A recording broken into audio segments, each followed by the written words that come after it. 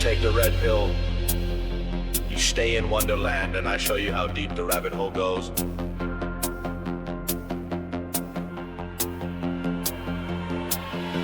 They said the truth was buried deep in files they tried to burn. David's on the mic now, it's the people's turn. From shadow men in black to creatures in the mist, he's cracking open secrets that the government dismissed. Spooky lights above us, he's tracking every blink. Aliens, cryptids, yeah, he's making you think. With a journal full of clues and a wild-eyed hunch, he's talking ghost towns, lost time, Bigfoot's lunch. Old Dayvid don't know, but he's looking for the code on a long dark road where the weird ones go.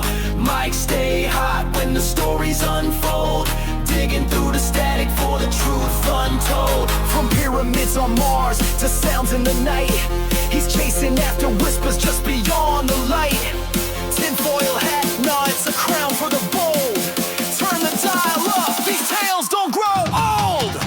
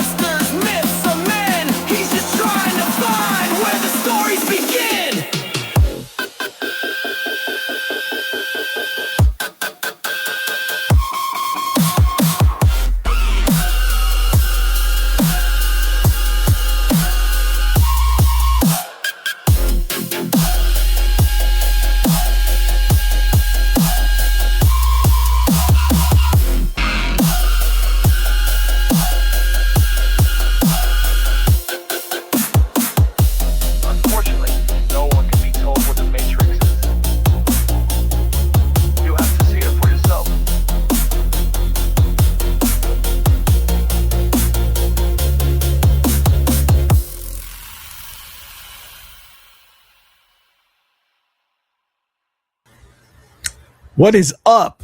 It's David from Down the Rabbit Hole, and you're listening to Dayvid Don't Know. This is episode 20, and I'm still here. A lot of people have said that a lot of podcasts don't make it to episode 20. A lot of them go under. And I'm still around, you know what I'm saying. I'm still here, baby. And today I get to interview Nisha Brown, one of my favorite people. She's one of the most talented people I know, for sure. She's the host of Hot Garbage with Buddha. My eyebrows are looking freaky. And she's also an actress. She's an author. She's amazing. I've seen her work on stage. Man, this woman is going to make it. She's going to be famous. I know it. Don't forget me, Nisha. I'm saying it right now, right here. Do not forget me. Bring me in. I want to be there. Also, she's been in some documentaries, which I was like, when I saw this, dude, I was so impressed because she's such a talent. And she's up there on screen as an expert talking about the cannibal, the guy. I remember his name. I can't remember his name anyway. Maybe we should be like that, a society that doesn't remember the perpetrators, that are not famous. That I would like that. I can't remember this fool. He's dead now. He was a cannibal, and he was so heinous, having like heads in his refrigerator, that they tore down the apartment complex he lived in. It's no longer there. You know who I'm talking about. Anyway, I want to tell a little story. This is not a spooky story. I'll definitely tell a spooky story. But this happened to me a couple of weeks ago. and I thought you might like to hear it. It was me having to go pick up a guy from a medical facility, and turns out to be what do you call it? It was a strip mall, and which I thought, wow, that's weird. So I have to go past the Taco Bell. It's behind the Taco Bell, and the strip mall is there. I'm pulling in past the Taco Bell. I see two cop cars on one side. I see a cop standing by the car. I see another cop in the parking lot, and then one at the door talking to a guy. And I'm thinking, this is a substation, man. This is not a medical facility. This is weird. So then I noticed the guy that's talking to the cop, he comes to the car, right? And the cop goes back inside. And so he gets in. I'm like, hey, man, is this a substation? There's all these cops. And he goes, yeah, I know. I can't go to my appointments without the cops showing up. And I thought he was joking. Seriously, thought he was joking. So we get on the road. It's like a 20-minute drive. And things are going well. He's just sitting there. He looks like something's wrong. I can tell something's wrong. And then he starts to do these little head movements. And I'm like, oh, snap. This dude's mental. That's my first thought. And then he looks to the left. Mind you, he's the only one, and he's sitting diagonal. Like I'm in the driver's seat. He's this way, right? I can look and see him. I can't look behind me, and I know there's no one else in there because he was the only one that got in. But he does this.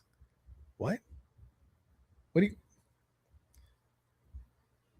are you saying? What? Huh? He's talking to somebody, right? Then he's having a full-on conversation with nobody. And it hit me. He's schizophrenic. This poor guy's schizophrenic. And I wasn't alarmed at first until I started hearing, he's not going to do anything to you. He's not going to hurt us. What are you talking about? Then I was like, oh shit, they're talking about me. And then I heard him say, he's not the enemy. Is he the enemy? And I'm like, oh snap. This guy's being convinced by nobody that I'm the enemy. Then he gets a phone call, luckily. And it was very clear there was a difference between him on the phone, like it was talking to a normal person, and him talking to the guy over here. It was like an angry conversation. I can tell he's like, no, blah, blah, blah, this and that. Hangs up on that dude. I'm like, oh, snap. So then he goes back to the guy and they're having a conversation. And I chimed in because I wanted to make sure. I thought I'm gonna say something like, hey, I'm sorry, were you talking to me? And that's what I did. And he said, no, I'm talking to myself. Oh, shit. Yikes. Something's wrong. Danger, Will Robinson, And he continues to talk to this guy. And I keep hearing enemy, hurt him. No, yes, maybe. I was like, this is not happening, man. I began to be a little worried for my safety. I have a weapon in my pocket. I took it out. I put it right next to me in case I needed to grab it. It's in a little case. I took it out. I was ready in case he started reaching into his backpack. And I was very concerned at that point. Could have been a gun, could have been a knife. It could have been anything in that backpack. He just kept shuffling around, arguing with nobody. Then he got another phone call. I was so grateful for whoever, his name was Tim. This Tim, thank you, sir, for calling. You might have saved my life. This Tim guy calls him and he's talking to Tim and apparently Tim is a mentor of some kind. I don't know, but he was like, yes, I understand. Listen, it was out of my control. I don't know this, that, and the other thing. And Tim kept him on the phone for 9 more minutes. So grateful for you, Tim. That was enough time to get him home. At the very end, he tells Tim that, is there any way I can see you before I go in? I want to thank you in person. I'm going to take all of your advice to heart. This is word for word what he told Tim. And I would really appreciate to see you again. Oh no, I understand. Yeah, I understand. Well, I'll go in. I'll go in. And it didn't dawn on me, then, but the cops were there for him. it was right in the middle of driving him there when Tim called that I realized the cops showed up for this guy. His doctors called the cops on him. And that's why he said what he said. I thought he was kidding, but he was dead serious. And so, man, thank you, Tim. Thank you for keeping this guy calm. I don't know what you said to him, but it worked. I hope he went and committed himself like he was saying. I hope he's okay. And if you're Tim and you know what I'm talking about, please reach out to me. I would like to thank you in person. I appreciate you, sir. All right, spooky story time. Picked up a guy, told me a story about when he was younger. He was, I guess, living on his own, young man. But when he lived with his parents in this house, apparently it was haunted. So he was telling me that one night he was asleep. His bed is pushed up against the wall, and he was asleep face down, which I'm like, what?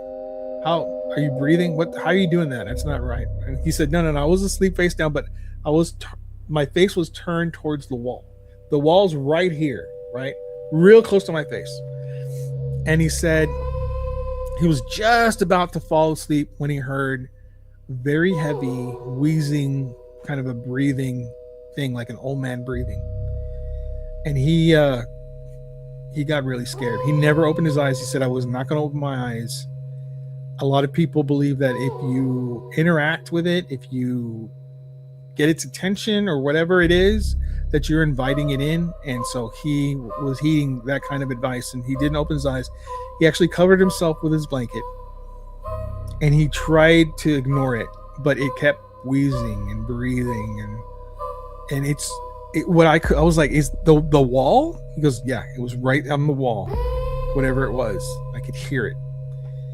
And he said at some point it stopped because he figured that it must have realized it was scaring him, which is funny because it takes all kinds, but maybe it realized it was scary. I don't know. But he finally took the blanket off and looked, and there was nothing on the wall. I asked him if anyone had passed in that house, and he said yes, an old man, and not in that room, but in the room on the other side of that wall. He was an old man. He had trouble breathing, emphysema or whatever, and he was the one who died before they moved into that house. Another story about that house, he said his sister was in that room. So one night she was taking selfies of herself from the mirror, and she was looking back at the selfies. She noticed that one of the pictures was a completely different person. It was a picture of her, except her face was a different face, and her body and what the person was wearing was different than hers. And it freaked her out. She went and showed her mom, and her mom said, well, who's that? Because she thought someone else was in the room. And she says, Mom, I'm the only one in there. I don't know who this is. And so I asked him if his sister still has the picture, but apparently she was so frightened about this picture, she deleted it. But she's very interested in the paranormal. So if you're out there and you're listening to this and you know what I'm talking about, please email me at downtheonerabbithole@gmail.com. I would love to hear more of this story. If there are other stories on that house, I would love to know where the house is at. And I just want to thank those people, that gentleman, so much for that story. Really creepy stuff. All right, guys, let's get started. Here it comes. Kevin. Hey, everybody, it's David from Down the Rabbit Hole, and you're listening to Dayvid Don't Know. Today, oh, man, I got a good one for you today. I'm so excited about this one. We are going to talk about the Warrens. Yes, Ed and Lorraine. And I have none other but Nisha Brown from Hot Garbage. She's going to be joining me today, and she has done the due diligence, the research into Ed and Lorraine Warren, and we're going to talk about it. We're going to have a great old time. Here we go. Ready? Welcome, Nisha. Hi, Nisha. Hi, I've been so excited about this. How's your day coming along? Oh man, it's been a good day. It's been a good day. There's some a little turmoil, but I've gotten through it. That's all that matters.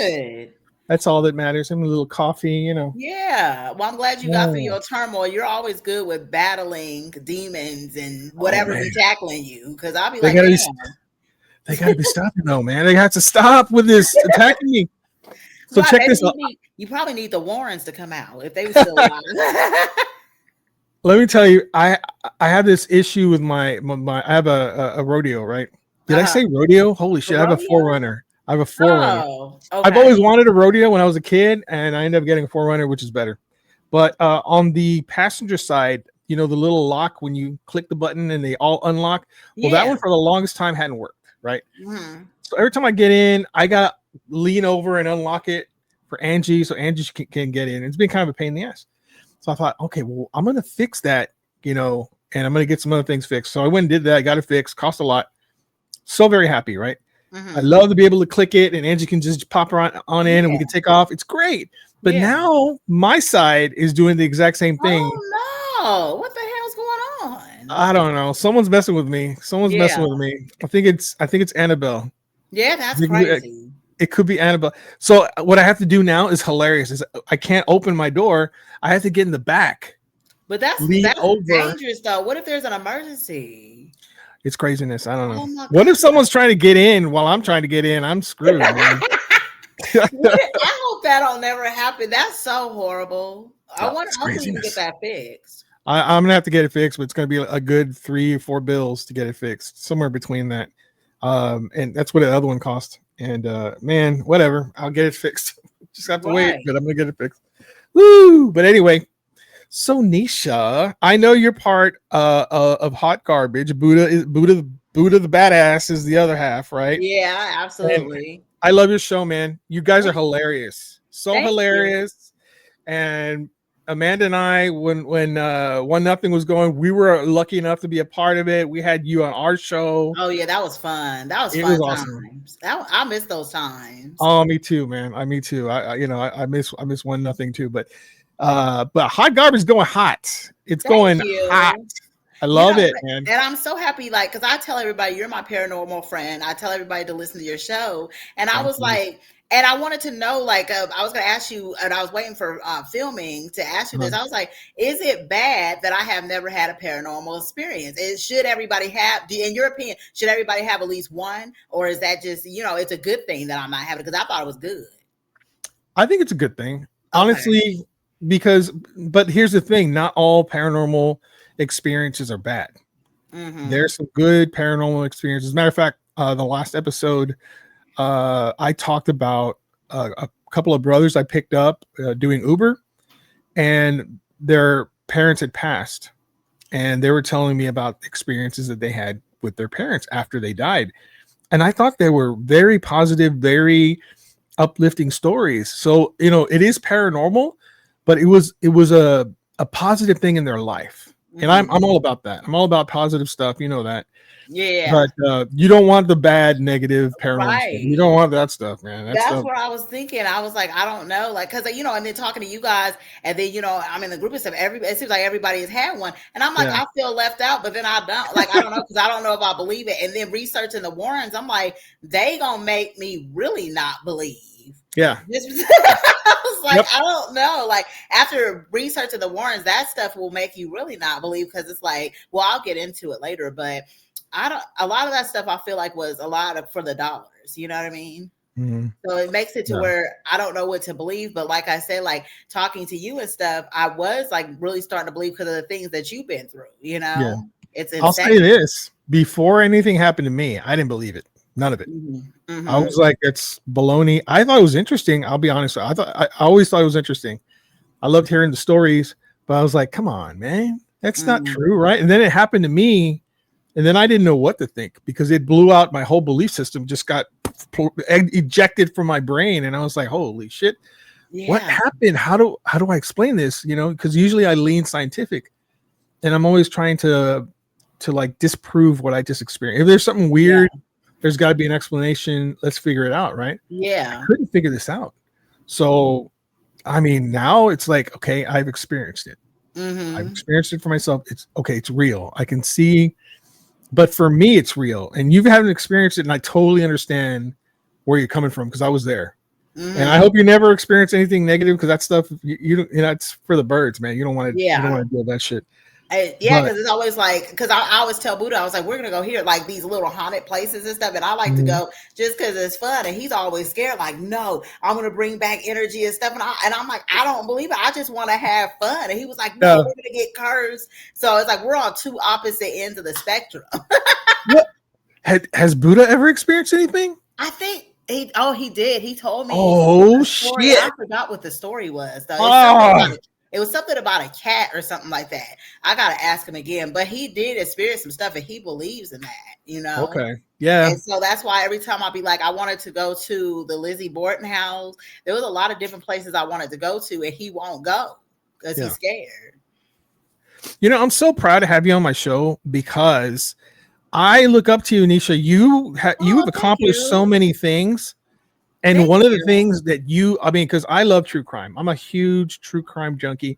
And let me tell you, I'm not the kind of true crime guy that like gets off on. I'm not like, oh yeah, this is interesting. I saw something last night that was true crime that broke my freaking heart. And it was horrible. It was a young mother, like an abduction, kidnapping. It was so terrible, man. Do you remember which case it was? I don't remember the names, but it was, I know the guy's name was Michael something. But anyway, he had a green Camaro. I watched it on 2020. Green Camaro. He went and abducted this young mother of two. She was like 21. Oh, no. And what's sad about this is that she was like in the back of this guy's, he took her from her home, left the two babies there. It was like a 1-year-old, like a little over 1, and a 6-month-old in the house. Oh, no. Yeah. That's horrible. And it is like, that's traumatic because they're always going to remember like the last time their mom left, she just never came back. Yeah. Like, Well, the 6-month-old don't remember shit. Right, I think won't remember maybe. But the thing is, she did it to save their lives somehow. I don't know how she did it, but she went with him. Somehow she was tied up in the back. She got his cell phone somehow and called 911. Oh. And so she's talking to the operator and he's like talking also, but he doesn't know that she called 911. Wow. And she's trying to give details. She's pulling her hair out and like putting it in the car so that if anything happens, they could, because her dad was a cop. Wow. You know what I'm saying? And so she died. So she pulled her ring out. She left her ring in there. And then the very next thing happened is that someone actually saw her on the road banging up against the window. So that lady calls the cops, right? Yeah. And she's like, they're going east on whatever, and they're down here, and this and that. And they didn't follow up, and she did, and she eventually died. He killed her. Horrible. Now that is the worst. Those cases are the worst where it's like you were that close to help. Yes. That creeps me out because she was basically saved, but they didn't follow up. The police dropped the ball. They did. They did. What state was this? Do you know what state it was? Oh gosh, Florida. Oh, I believe it was in Florida. And the husband is one of the only cases that I followed that the husband didn't do it. Yeah, right. But he sued that what do you call it, 911 operator, not the operator, but the system, like the police system, and he won. Oh, he didn't win. They agreed to whatever, and what you know. They definitely should have. I'm glad he sued them because that's crazy. They should have followed up. How you don't follow up on somebody when they say that they see somebody banging on the window? That's crazy. Yeah. The lady said, look, it might have been a child. She thinks it's a little child. And the force that she said that the lady was banging on the window was, there's no way it was a child. You know, she just was mistaken. But because it was a child and, you know, it did match. The Camaro did match. She told the wrong color. She said blue. It was green. But I guess because, it's not it. You know what I'm saying? Oh, they should have followed up. And the cops were converging, trying to find this car. But for whatever reason, they didn't forward that information. She died. That's horrible. 1.2 million, I believe, is what he was awarded. And now he works with, he has a foundation where he tells the story to all 911 operators everywhere. Like he goes to their offices and talks to them about it so they'll understand, you know, every information is vital. Yeah. She could have been saved. She really could have been saved. That's horrible. But that was a long way to go to say, I saw you on TV, man. Oh, thank you. Which one? Oh, see which one? She's Oh, famous. so I said, which one? I saw you on Tubi. It was about the cannibal. What's his name? You know what I'm talking about? Oh, Dahmer. Yeah, Jeffrey Dahmer. Yeah. Fresh meat killing Dahmer. Yeah. Yes. Be sure to go and check that out on Tubi. You'll see Nisha, and she's just giving her expertise on what's going on. It was freaking awesome. You were awesome. Thank you. I think you were the best appreciate one. it. Thank you so much. I'm giving you a virtual hug. Do you feel it, Dayvid? Mm-hmm. I do. So how's Hot Garbage going? What's new? Are you gonna be on TV again? So it's actually going really good, and I need to send you the link. So I'm in a movie on right now. It's on YouTube, right? But she's only doing it for the weekend, and then after that, it's going to Amazon Prime. But it's called Julia Stiles. So yeah, so I'm gonna give you the link. By the time this drops, it'll already be taken off of YouTube. But she is gonna be putting it on Amazon Prime, so I'll let everybody know when it comes out. But it's really good. That's a really good movie, and that was a very fun project. The producer is named Sandra Smith, and she's a really good producer. Nice. You know, I like to support my women producers and directors, because this is her first film, and I mean, she did her damn thing on it. What part did you play in that? I was a paparazzi, so I'm in the beginning, yeah. Because the movie is about a talk show host, a really famous talk show host, and so I'm in the beginning. I'm the paparazzi. Oh, that's awesome, man! And you have talking. Is it a talking part? Yeah. Nice. Awesome. Yeah. I also saw you on a. I think I went to. It was a play. Oh, right. Was it Queen the Nefertiti King Tut? You were a wife. No, you were a wife, and you were acting with some man. He was your husband. Oh, and, you're talking about a clown in a prayer closet. Yes, that's it. That's it. Yes, I saw that.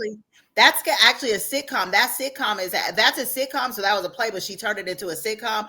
That sitcom is going to release the first episode Christmas Day on Edit TV. Oh wow! Yeah, and so you're in it. Download it. Yep, I'm in it. You can download ETTATV. Yeah. ETTATV. Yep. Download the app, and it's going to release Christmas. Awesome. Okay.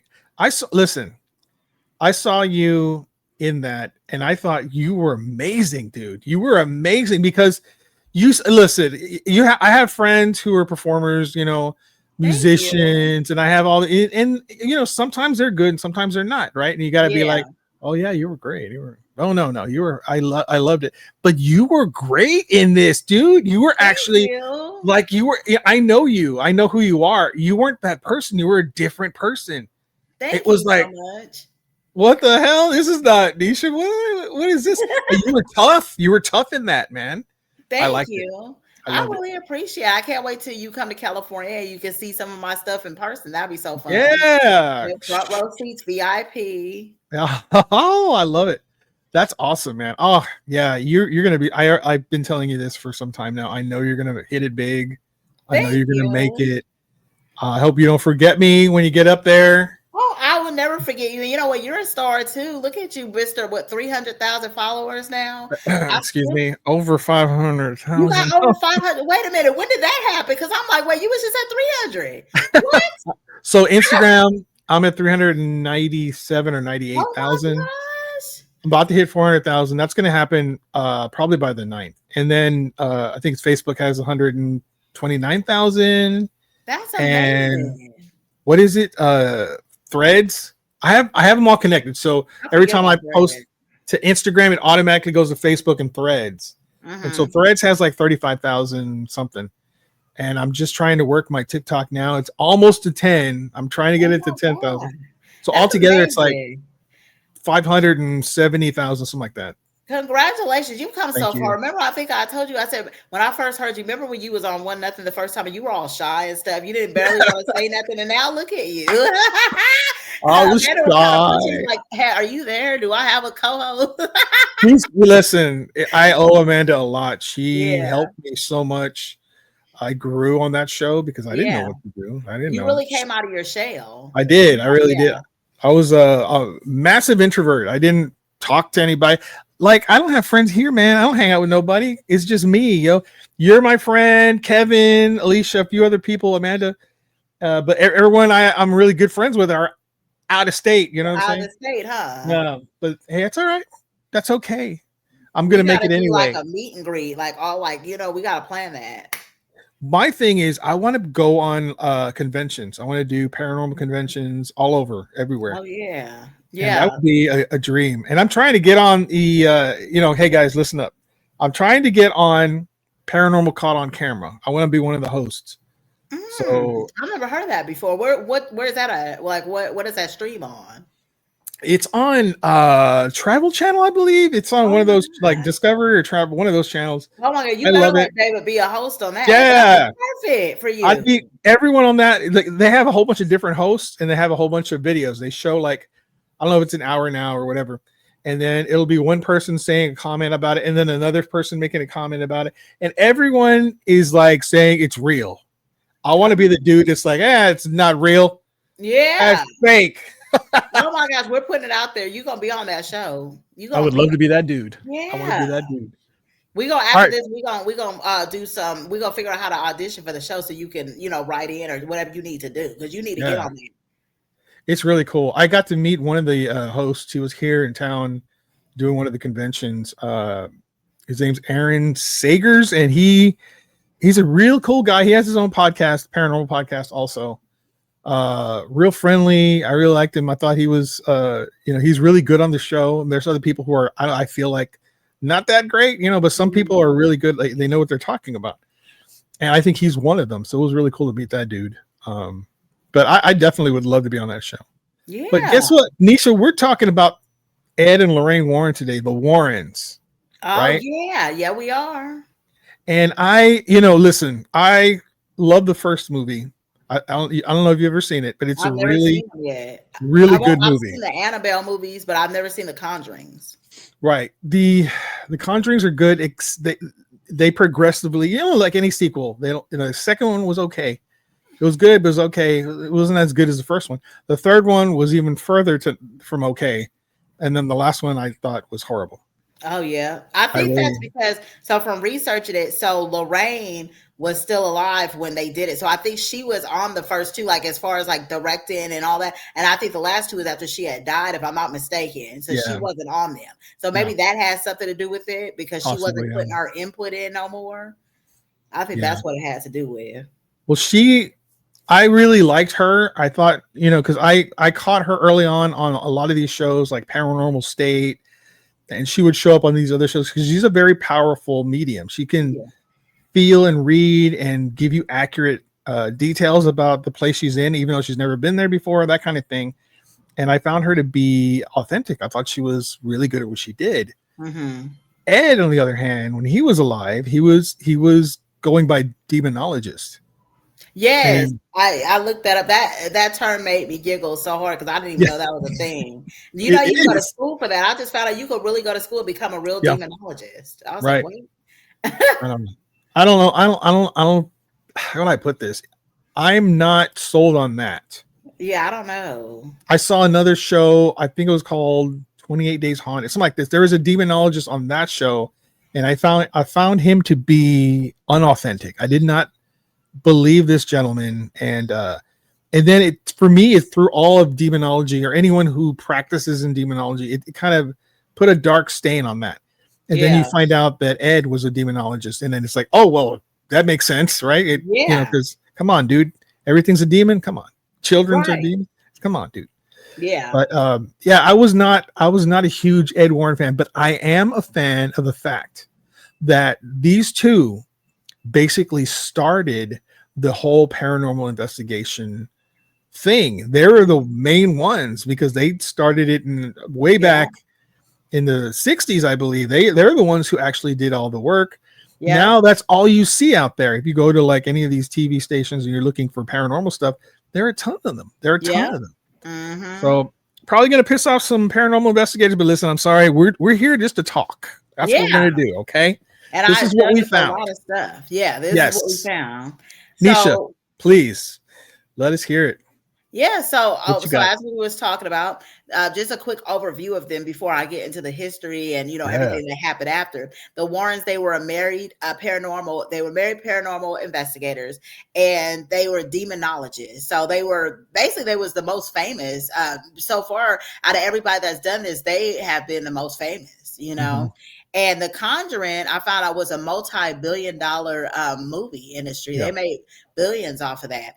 But a lot of people believe that they were scam artists too. So after this show, you guys could determine for yourself if you Yeah. feel like it was real, if you feel like it was fake. But they did act a lot in the 70s and the 80s. They were active a lot in the 70s and 80s. Mhm. And basically what would happen was people would feel like maybe their house was haunted, and they would call the Warrens out, and the Warrens, like you said, will blame everything on the demons. So this is what I Yeah. found out something valuable. There's a difference between ghosts versus demons.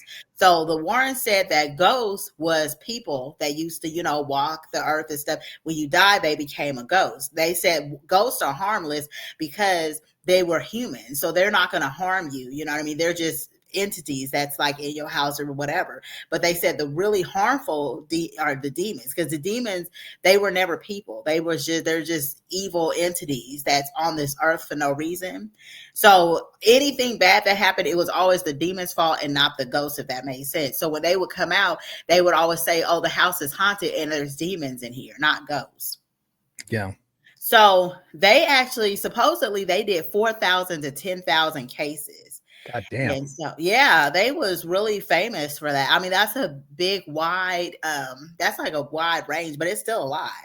Mhm. So what it was, people started looking at them because they was like, okay, Ed and Lorraine had a lot of stories, but they had very little proof. And the proof they did have was easily debunked. Like, for Right. example, if like there was one where they had a picture and they showed somebody a picture of, like a light, how sometimes like you'll take a picture and you can see the flash. Well, now on the cell phones, you can see the flash, but back then it was a Polaroid.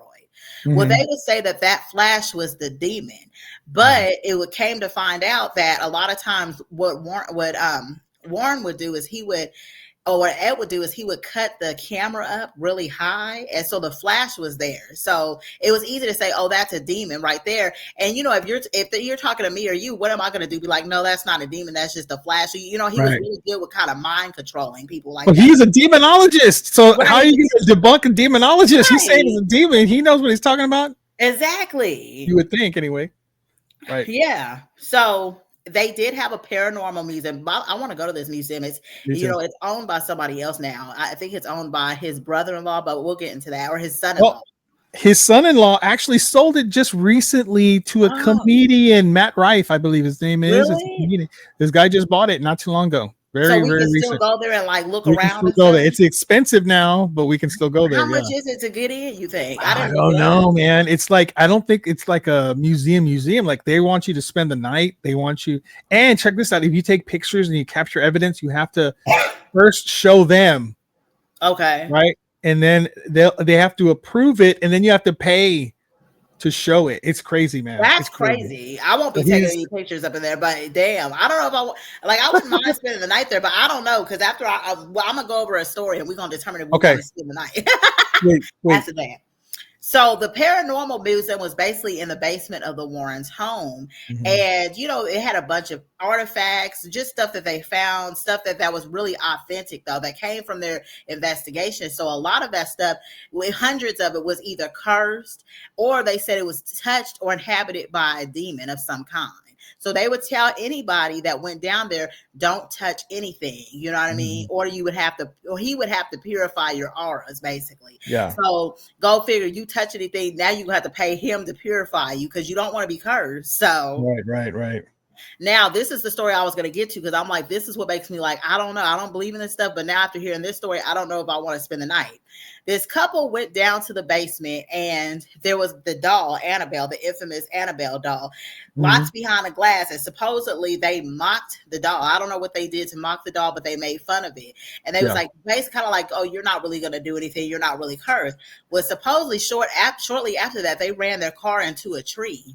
Damn. Like they ran their car into a tree, and then the man died, and the woman was in the hospital for a year, like literally right after they left the museum. Damn. Now Yeah, so I don't know. I feel like they might have gotten cursed. I don't know. Well, there's there's always that scientific thing where it's like, well, it could have just been, any accident happens. You never know right? But I mean, well, and did you also know? I don't know if you knew this, but the doll travels. Like before it was sold, it was in New Orleans, and all sorts of shit went down in New Orleans. Then it came to San Antonio, my hometown, and nothing really happened here. But the man who was handling it, he's also a paranormal investigator.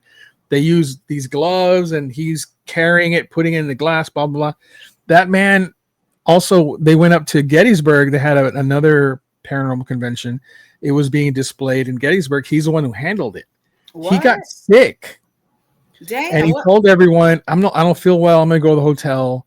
He went to the hotel and he died. Oh my God. So maybe there is some, so that's why. So I don't know about, I wanted to get an Annabelle doll.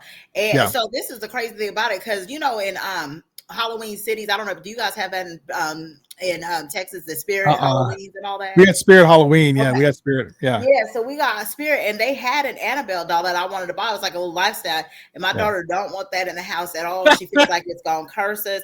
But now it might change, because what I found out was, that's not even the real Annabelle doll that they use for the movies. Did you know that? I didn't know that. Yeah, it's a completely different Raggedy Andy doll. Yeah, so the real Annabelle is a Raggedy Ann doll, and I was like, so why I can't get my doll from the movie? Yeah. So Angie won't let me buy any of that stuff. Like there have been those little models and all this stuff, and she will not let me put it in the house. So I can't even get a Chucky doll in here because everybody's paranoid. It's crazy. So so that doll is so cursed. It's behind a glass case. You know what I mean? Everything like that.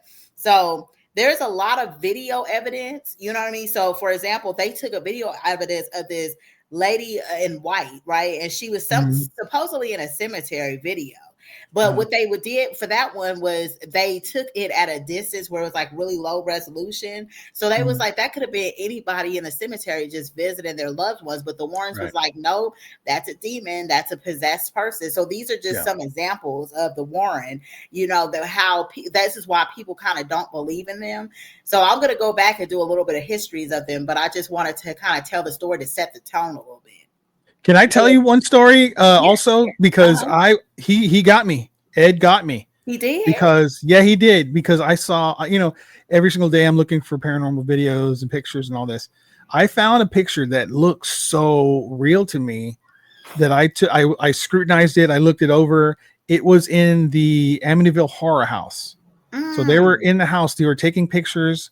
Ed took this one picture, and there's a little boy turning out from a room. He's looking, and you can see like his eyes are shining, and it looks like a little boy. And they try to say it's the little DeFeo boy that died, that was murdered by his brother. And he's trying to blah blah blah. So I was like, man, this is amazing. Could it possibly be him? I got a picture of the boy, and then I got a picture of what Ed took, put them close together. They kind of look alike. You know what it was? What? The person, the realtor. It was her son. He was in the house. What? See that? So, that's the story like that, and that's a story time and time again that the Warrens have. Yeah, that's but he was saying it was a demon. That's not a little boy. That's actually a demon. That's a demon pretending to be a child ghost. Wow. And I was like, oh man, he got me, man. He got me. So Ed, that's crazy. So you got. I got by Ed Warren, man. Yeah. Well, it's funny that you said that, because that's the next thing in my notes where I said there was also something like that. There was a picture they put up of a man disappearing. Supposedly he was disappearing, but later the video was analyzed and found that the video was shot in two parts. So it was like they had the man there, and then he had moved out the shot somehow, and they was able to take that, and then they had him disappearing. It's like a double exposure or something like that. Yeah.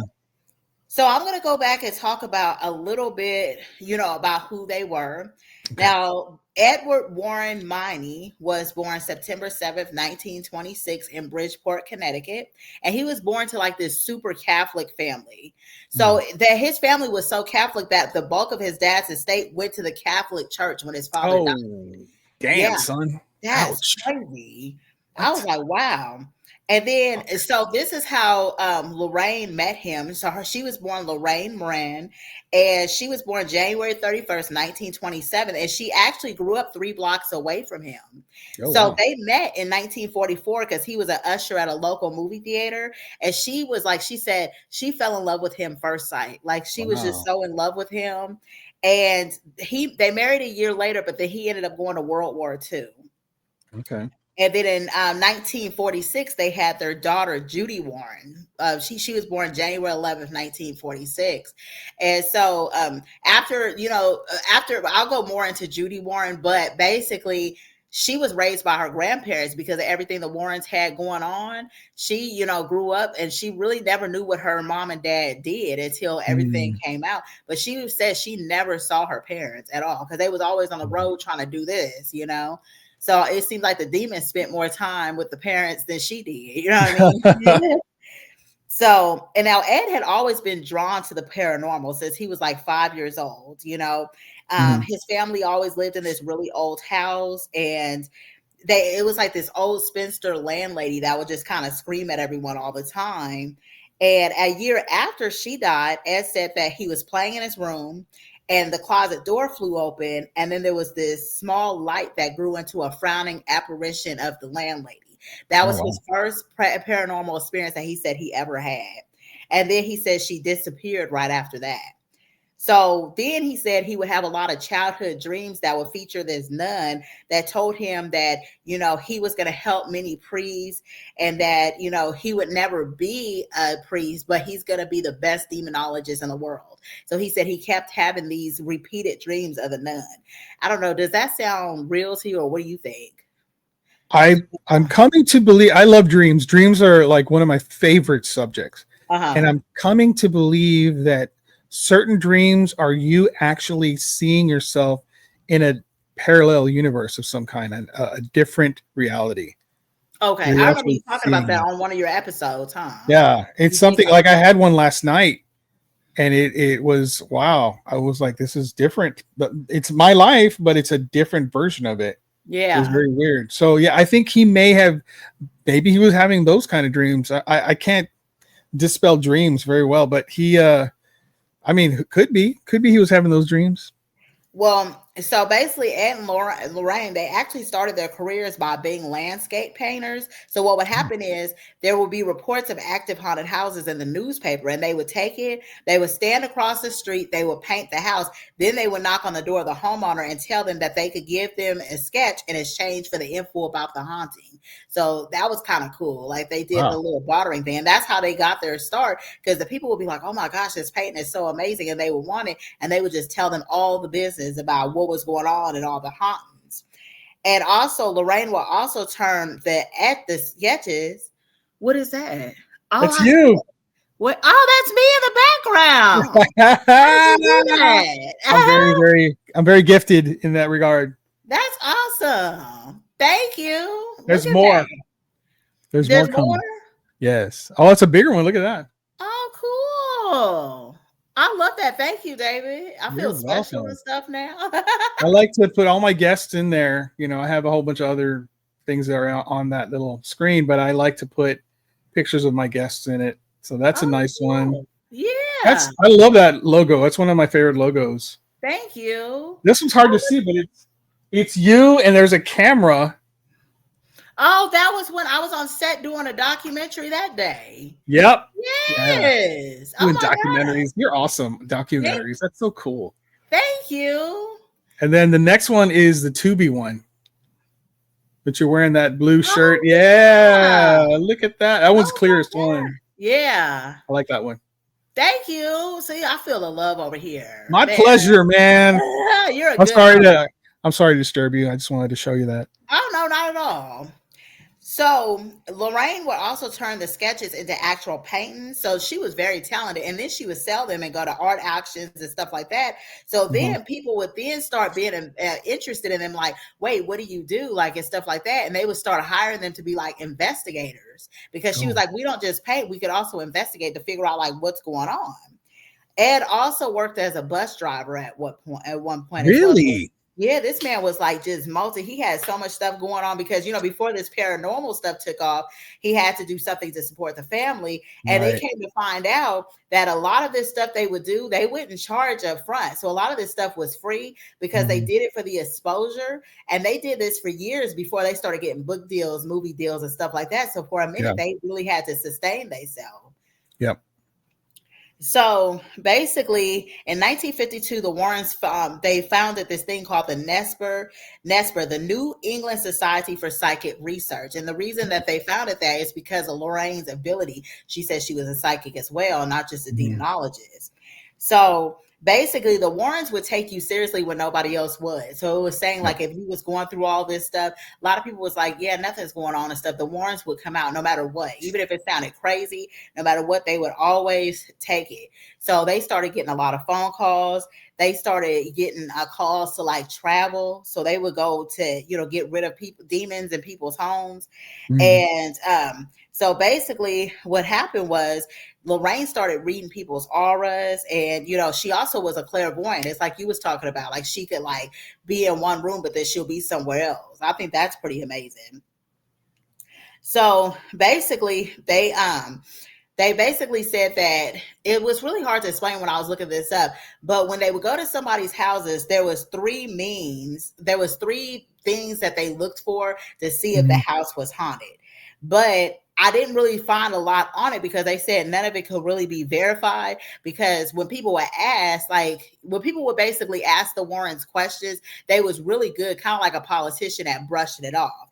Because like somebody would ask, for example, if somebody would ask Ed, well, how do you know when you come in here if there's a ghost in here? He's just said, you just know.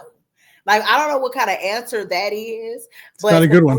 Right. It's because he's a demonologist. It's like, okay, well, you just know. Then that's going to make you feel stupid. Well, I guess I don't have the education, so I just don't know. You know what I mean? So he was really good at doing stuff like that, And so he would say that typically when they would come in to do these, when he walked in, he would see the family would be huddled together. They would be crying. There would be a weird smell in the room. You know what I mean? Because I guess I didn't know, but demons, they smell really bad. They smell like burning something or sod, or they can smell like rotten eggs. He said that a lot of times, this is where my belief started going away. He said sometimes he would walk in the room and he would straight up see objects levitating and floating all throughout the air. He said they would be pounding on the walls. Objects would materialize. And I apologize now because I know a lot of your listeners are paranormal fanatics. So I don't want to make anybody mad, but it's just, for me, it's really hard to believe that you're walking in this house. It seems like this is stuff that happens in the movies. You're walking in this house and you see stuff flying all in the air and stuff. Yeah. So until I see that with my own eyes, it's like, okay, No, I'm sure, anyone who's listening respects everyone's point of view. That's the way it should be. Not everyone knows exactly what this is. That's why my show's called Dayvid Don't Know, because I don't know.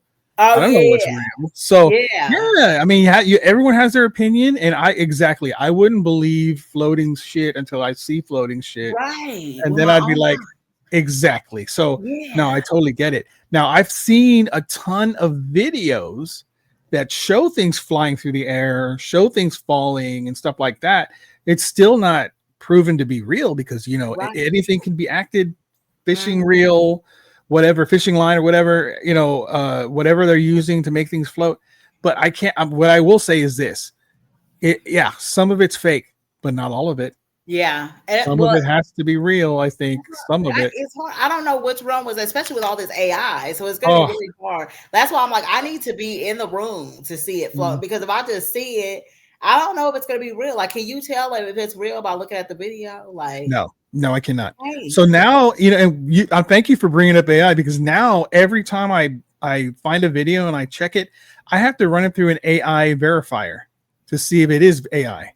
And I have found, I didn't know you could do that. I do that now. So that's something that's new I have to do now. And I have found a lot that looks pretty good, but it's AI, and I don't show it. So I don't show it. If it's AI and it looks pretty good, I don't show it anymore. Yeah. I try to show things that I can't prove, that I cannot say, okay, now I have to say, is this AI or is this unexplainable? And I'll only show the unexplainable stuff. Yeah. Still doesn't mean it's real, but right. How can that's good. See, Dayvid has lots of integrity. That's his integrity. I do try. Yeah. Well, But well, Ed and Lorraine, they said at one point they had walked in and the curtains had just caught on fire. oh, Now, I don't beautiful. know. There may have been a fire, but I don't know if it would have been for no reason. I don't know. You know what I mean? Yeah. That still doesn't really prove a lot. But so basically, what he would say is a lot of time the infestation of the demon creates fear, and it would generate negative energy to break down the human's will. So that's like the Right. first part of it. Mhm. And then he said the process begins when someone opens a door to the unknown. So when he Mhm. would come out, he would say, if your house is possessed by demons or if you're possessed by demons, it's always your fault. You either got on a Ouija board, you Mhm. did a seance, like you did something to open up this door. And now Right. the demon thinks they could come in and do something. And so what the demon will do is it will oppress you and then it will start attacking you psychologically. So that he said this happens in it happens in sections. So he tries to get it before it takes over your whole body, basically, Mhm. because the last step is complete possession. And that's Right. when you start doing things like levitating. You start what is that thing where your head spins around and around? I forgot that. Yeah, That was, like an exorcist, like yeah, you're possessed and you need an exorcism kind of thing. Yeah. yeah. Yeah, that was in The Exorcist where Linda Blair's head went. Yeah, Yeah. yeah. So their big break came, and this is one of the biggest cases. I know you probably heard this one, the Perrin family. Mhm. You heard of that? That was isn't Yep. that the Conjuring movie? That's the first movie. Yeah, The Yeah. Conjuring. Really So good this movie. yeah, this was their very first break, and this is what really put them on the map, you know. And Lorraine was actually in the very first movie. Like I said, she helped produce them, but she was also in it as well. Oh And so wow. basically, I don't want to go like too deep into it, but definitely make sure like you watch The Conjuring. But basically, what it's about is about Caroline and Roger Parton. They move into a Rhode Island home. They have 5 daughters. It's like this super huge home. And basically, the previous owner had warned them, like, for the sake of their family, make sure you keep the lights on at night. Now, of Mhm. course, they didn't listen, you know, and I wouldn't have either because it's like, okay, what do you mean for the sake of my family, keep the lights on? Like, if you like to sleep with the lights on, plus my electric bill is going to go up. Why would I just keep my lights on all the time? So I definitely wouldn't listen to that at all. Hell no. Right. Guess what? But I know that they really wish they would have because they didn't listen and the haunting started. So for those of you Mhm. guys that haven't seen the movie, I haven't seen it yet, but this is what I've seen. There was a lot of spirits. The attack started, you know, on first it started on, you know, the parents, the actual parents, you know, Mhm. and these spirits was Mhm. called Mr. and Mrs. Arnold. They said at first they was like super nice. They would tuck the girls in. And supposedly Mr. Arnold had killed himself in the attic. And then he would like, you know, play with the toys and stuff like that. It was just weird. A grown man was like, you know, playing with the toys and stuff. But Yeah. then they said, this part was funny. They said one of the ghosts would even sweep the floor for them. And I was like, well, that's not a bad thing, right? Mhm. The That ghosts sounds come, great. Yeah. right. Earn your keep. Right. But then it started getting worse. Unfortunately, they said the haunting turned violent. It said they started lifting beds. And I'm sorry, I was laughing about this because they said they would be sleeping in the bed and then the bed they would just dump them out onto the floor. Imagine being sleeping in your bed and getting dumped out to the floor. That's Oh my hilarious, God. man. And there was a really bad spirit in the home, you know. And then it said the male, I guess, was supposed to be a homosexual, so he had a crush on the husband. So the What? husband would feel gentle caresses at A la night. chingada. Yikes. Yeah, it was crazy. And then Caroline parents said that she was in the barn and a blade out of nowhere flew and almost decapitated her, but the sweater she was wearing saved her life because it was so thick. And Wow. so she started seeing scary visions.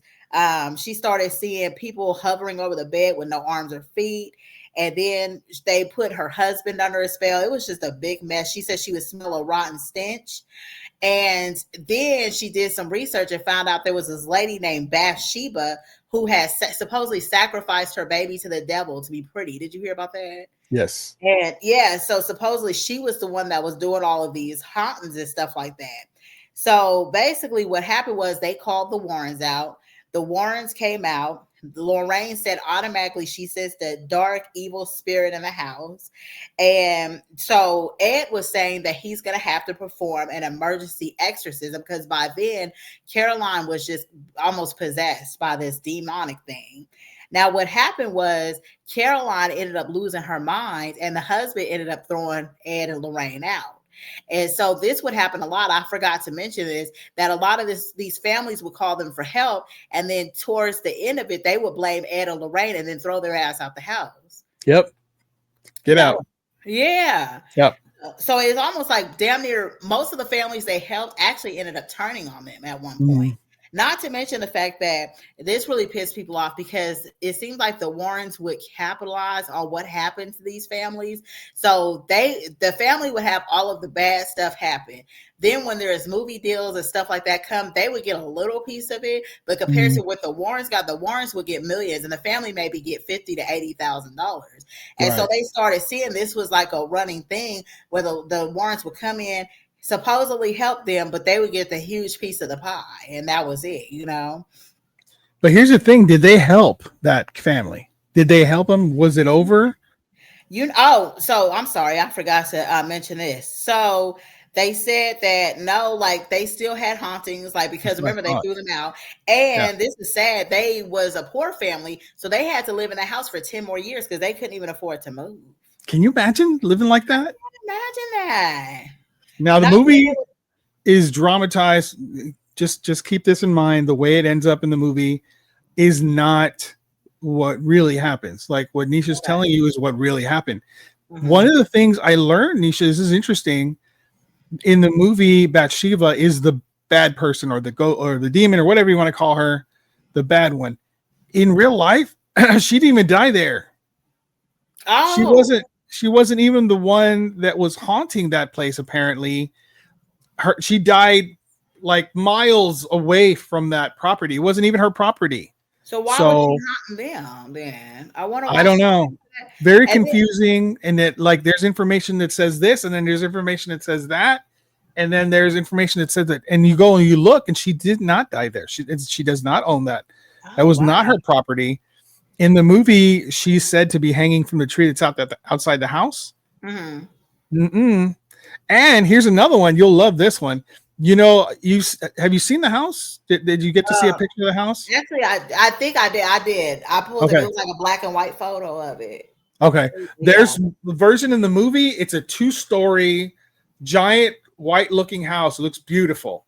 In real life, it's a brown, not 2-story at all. It's long, but it looks like a wooden cabin is what it looks like. It doesn't look anything like in the movie. So a lot of differences, man. They cleaned it up. They obviously you need to make a movie. You need to sell tickets to the movie.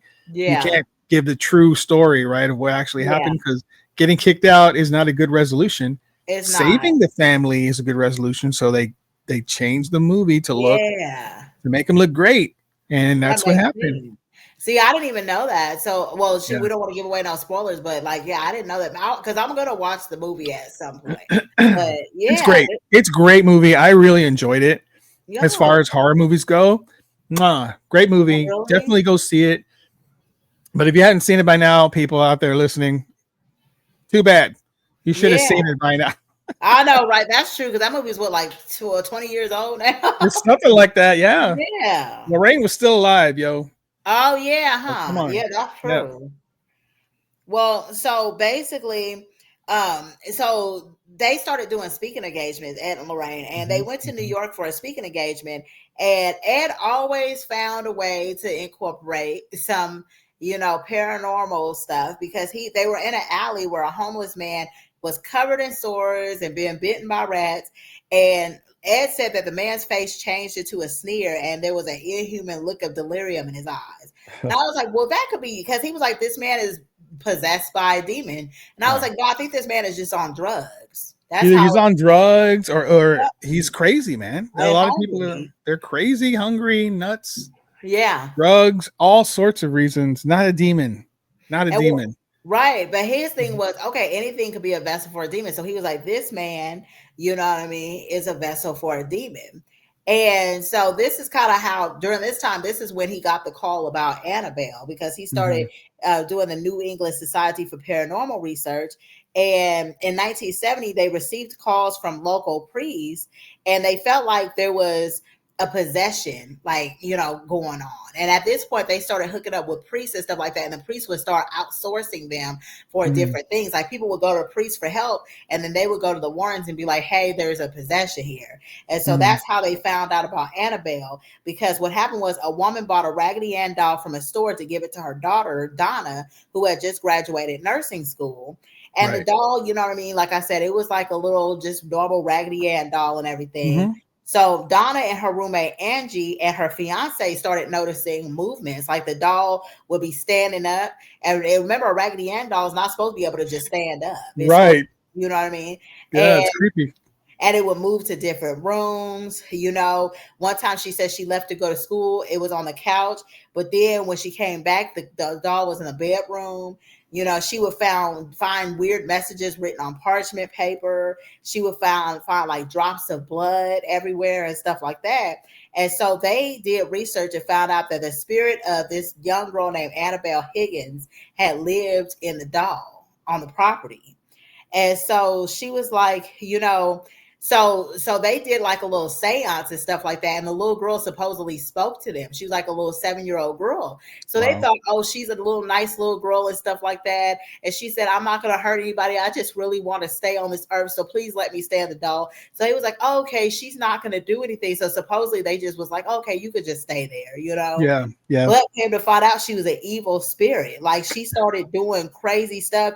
Like, there was her fiance would come over, and Annabelle hated him for some reason. So she would try to claw his eyes out. She would stand on the foot of the bed, and then he started getting possessed by a demon. And so that's what made them call the Warrens out. And of course, Ed Warren was like, well, basically this is all you guys' fault because you told her she could stay here. And they was like, well, she's a 7-year-old girl. We didn't know she was going to do all that.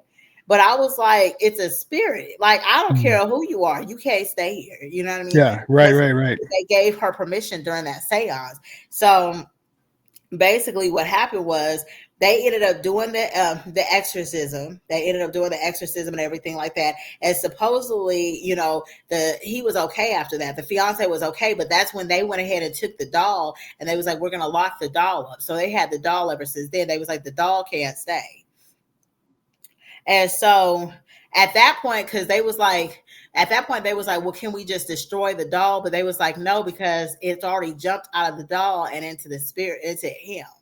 So that's what happened. So I guess they helped them out a little bit, but then they kept the doll.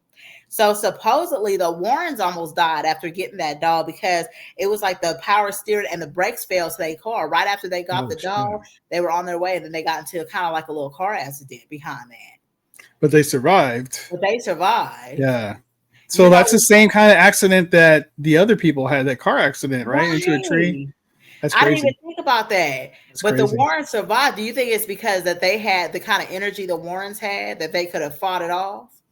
Maybe he was just trying to scare them. Yeah. Maybe. And, because this is before that other guy died. I don't know, man. I don't know about any of that. I'm just... I know one thing: I would not mess with that doll. I wouldn't either. Right? I don't even think I want to look at that doll. In the case, yeah. I don't want to look at it. I'm scared. I have videos where I share where Lorraine is in there with someone that's interviewing her, and she'll say, "Over there in the corner is the Annabelle doll. I'm not going to look her in the eye. You can, but I'm not going to look her in the eye." Like, if Lorraine is going to look at it, holy shit! Right, that's why I'm crazy. Like, no. If Lorraine won't even look at it, I'm not looking at it. And now that man who handled her has died, there's a lot of questions about it. There's a lot of people are saying, "Oh, it's the doll. The doll strikes again." I'm not so sure about that. Maybe the man had a disease, or maybe the man, got sick, and it happens. Was he elderly, or was he like? No, he was my age. He was my age. Yes, he's a young man. I was freaked out. Yeah, that's freaked out. I feel like the dog. Maybe he did have a disease, but we don't know. I think, But why did he die? You said that was the day after he handled the doll, right? Or was it the day? No, it was the same day he handled it. The same day. That had to have been the doll. There's no way he had a disease and it just kicked in that fast. Because he put it in the case. He's like, he's not feeling very good. I feel kind of sick, guys. I'm gonna go lay down at the hotel. Okay, never returned. They went to go find him. He was dead. I still don't really know what the cause of death was. I don't. They're probably not gonna release that or anything like that. Yeah. But I'm sure if it was something nefarious, it would have popped up by now. But I'm thinking it's just something like it's not natural. He was a young 50-something-year-old man. Not natural causes. It's too young for natural causes. What did he get? Like some sort of COVID thing? I don't know. What happened? You know, recently, right? Right. It's recent, like I feel 4 months ago. Yeah, the fact that he handled that doll, because remember they had it behind a glass. I don't think you're supposed to touch that doll. So well, they had it behind the glass, and they had a priest come twice a week to bless the case that's in. I didn't know that. So why did you take it out the case and touch it? Well, see, Lorraine, before she died, she said, "Do not ever remove that thing from its case. Right. Don't ever do it." But the son-in-law saw a way to make money by having that thing travel around with them. Yeah. So he hired a guy who was with a paranormal team that would handle it with gloves on, and they would do the praying. Yeah. And they would put it in a different case, a travel case, put it in the van and get going. And so you had to take it out of that case to put it in the travel case. Well, yes. No. Oh no. I wouldn't mess with it. I wouldn't want that job. How much you think his salary was? Not enough, because he's no longer here. He's no longer here. What? I want to know how much they was paying him for that, because I couldn't do that one. And because the gloves ain't gonna do nothing. They didn't do nothing. No, they didn't. So I don't know. Again, you know what I would have did was I would have had, those trash pickers that they give people to pick up trash on the side of the road. You think you would still got it? Like, does that count as touching the dolls if you use the trash picker? I don't know. I wouldn't touch it. I know that. And it reminds me of Robert the doll. Have you ever heard of Robert the doll? No. It's a weird looking doll that is in a Florida museum. He's also in a glass case. People go visit this doll. They take his picture, right? And they get cursed because they didn't ask permission. They don't ask permission to take his picture. And something happens. Accidents happen. Now, there's been accidents, sicknesses. They lose their money. They lose their house. They lose their job. They lose whatever this it's like a curse, right? And then they send letters, or they call the museum and they ask for his forgiveness, and then it stops. God. Yeah. Oh my God, I won't be ever even looking at that doll. That's crazy. Yeah. So I don't know that that's real, but I'm not testing it. I don't want to be the one that's like, that Dayvid guy. Yeah, he's no longer here because he was messing with a doll, punching in the face and what have. Right. Hell no. It's not even worth it. Nope. Pass. I will pass. Well, the next thing that happened was, of course, the Amityville one. And I don't want to go too much into it, but because I'm probably just going to cover this one on the show, but I think everybody knows, because I want to cover it on Hot Garbage, because that's a good true crime thing. That's a good one. Yes, absolutely. Everybody knows about that. But basically what happened was Ronnie DeFeo, the Butcher DeFeo, basically kills his parents and 4 siblings. Yeah. So I kind of wanted to get into that. So that caused basically the house to be haunted and everything. And that's when George and Kathy Lutz moves in with their kids. And so I did see that one, the Amityville horror movie. That was good. Yes. Now, I did want to, touch on that. So you guys make sure you go check out that movie and everything like that, because that's going to be so good. You know what I mean? But what I did want to go into about that one, because of course the Lutz end up calling the Warrens because of all these strange hauntings and stuff like that. Yeah. But the crazy thing is, what I want to go into was, allegedly Ronnie DeFeo's defense attorney, William Weber, was the one that was pushing that the house was haunted. Because what happened was, the Lutzes, they actually got paid out. They got that movie and all that type of stuff. But during this time, when all this was happening to them, Ronnie Butcher DeFeo hadn't went to trial yet. So the defense attorney was basically trying to push that the house was haunted and stuff like that, because he was saying that they were saying that maybe like the ghost killed the family. I think he was trying to go with that angle, like maybe the ghost in the house did this. Yeah. And of course, it didn't go through, but I thought that was very interesting, because I didn't know that he was the one really pushing that, like, this house is haunted. And it was all in the media and stuff like that, what was going on with the Lutzes. So of course the DeFeo's defense attorney just kind of leashed onto that and was like, this is a good way to defend him, that maybe the ghost is doing all that. See, it's not my client that did it. Look at what's happening to these people. That is a good defense. But. Right. Well, Ed is the one who came up with the idea that the devil made me do it. That was a devil made me do it defense. Oh yeah, because that was Yeah. another case that somebody where somebody stabs, and I was gonna get into that one too. The devil Yeah. made me do it. The devil And made me do it. and and that was back then to where you couldn't do like those, what do you call it, unconventional kind of defenses. Like nobody's gonna believe a ghost killed up a whole family and your client Right. didn't, and so this was another thing where the Warrens got like this huge cut. The Lutzes did get a little bit of money from the Amityville horror, but not as much as the Warrens. The Warrens got cash the heck out, you know what I mean? Yeah. Oh yeah. And so it's funny. So when you talked about the devil made me do it, there was this. So basically, what happened was the devil made me do it. This man named Alan Borno ended up stabbing. So I'm sorry. So basically, he got stabbed. He was a landlord that was hanging out with his friends and got stabbed. And there was an altercation that happened over one of his friend's sisters. And so when they went to trial, that was the devil made me do it, because he was saying that he was possessed. He was saying he was possessed, and that's what happened, and that's what caused him to stab this man and stuff like that. And nobody believed him, so he ended up going to prison for a long time. He did get out on parole, though. Oh, he did? Yeah, he ended up getting out on parole. I'm seeing if I wrote down when. I'm trying to figure out when I wrote down, did he get out on parole or not? Oh, And yeah, these he are got manslaughter, so he got 5 years, but he still got time. But he was trying to get the devil made me do it to where he didn't get no time at all. And the Warrens helped out in this case too, right? The Warrens did help out in this case too, because what happened was, so there was an 11-year-old boy that was like seeing the devil. So this 11-year-old boy was, That's right. That's right.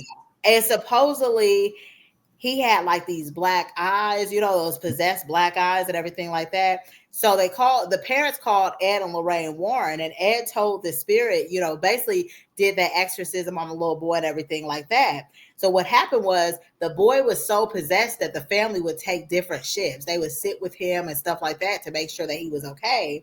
And so Lorraine and Warren came out. They did the exorcism. They said the little boy is fine. But then the stepdad told the devil to take him instead of the little boy. So Ed and Lorraine again said he shouldn't open himself up, because the stepdad ended up with the devil that the little boy had. And that's when he had stabbed somebody. The stepdad actually stabbed somebody. It was February 16, 1981. It was a stepdad. It was his younger sister. And they was hanging out with Alan Borno. And that's when he stabbed Alan Borno over an altercation over his sister. And he was saying that the devil made him do it. And he went back and even said, well, Lorraine and Ed said that I'm possessed now. So that was like the big thing in court. Yeah. So he did only get, I don't know if it helped him or hurt him, and he was trying not to get no time, but I mean, manslaughter for 5 years. I mean, 5 years isn't that bad, right? For stabbing somebody, it sounds like he got off. Yeah, it sounds like he got off pretty good. So maybe that defense do work. In that case, I wouldn't try it. I don't know. I don't know. Yeah, right. Right. Crazy defense doesn't work as much these days. I noticed it don't either at all. Yeah. Yeah, I feel like that's hella crazy. Yeah, absolutely. That's too bizarre for sure. And that's another movie I want to watch, because there's a movie, I think it's a movie or a documentary, but check it out. It's called The Devil Made Me Do It. Yeah, so that's the third movie, if I'm not mistaken, of the Conjuring movies. It covers that case. It covers that case. Watch that, because that case is very interesting. Yeah, it's pretty dramatic in the part where the poor boy is suffering. That boy is suffering. Yeah. And that boyfriend or whatever he was says, go into me. It's so dramatic. Leave him alone. And I give you permission to come into me. And it does. And that's where that whole thing happens. But I was very interesting. The little boy's name. It was Dayvid. What's the little boy's name? Because it was a big case. And I thought I wrote down, I can't pronounce his last name. Is it Galasso? Dayvid Galasso or something like that. That was his last name. Yeah, check that out. That was a good case. I don't know about all these Davids and these Ed and Lorraine Warren. Right. I'm getting scared, man. Man, it sounds like your name was meant for you. I'm going to have to stay away from that place. Holy shit. Right. Yeah. That's crazy. Well, so basically, I wanted to kind of get into a little bit about the daughter, Judy.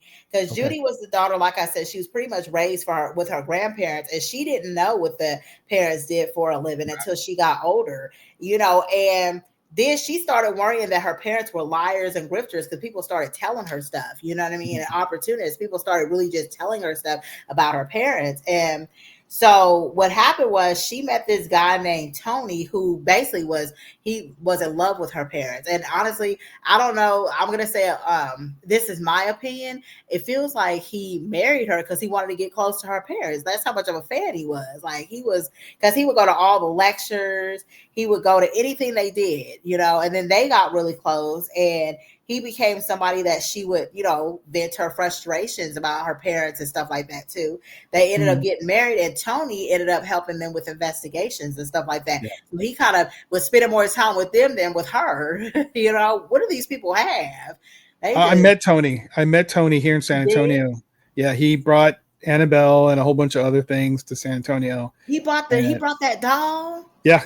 Oh my God! So you seen the doll when he came? Oh no, I didn't see the doll. It was inside. I was talking to Tony outside. I didn't get to see it. I didn't even know it was there this time. He brought it this past year. This year. My God. So how does he handle the doll without dying? Or he had somebody else? He had that guy. He had that guy do it. Oh my God! He hired that guy because he wasn't going to touch it. He said, you know. But I got to meet him. He's a nice guy. But yes, everything you're saying rings true to me. Yeah, he's very into it. He took over the whole thing. You know what I'm saying? Mm-hmm. So it does kind of lean that way to me, I think. Right. And what's the perfect way in to marry into it? Because look, now he done got the empire, because the daughter wasn't really interested in that. No, she wasn't. She don't want it. So he got everything. Mm-hmm. That's why. But yeah, because what happened was, you know, and this was kind of winding down because Ed died August 23rd in 2006 from a stroke. Now, after Ed died, Tony took over with Lorraine. So they started kind of doing this together.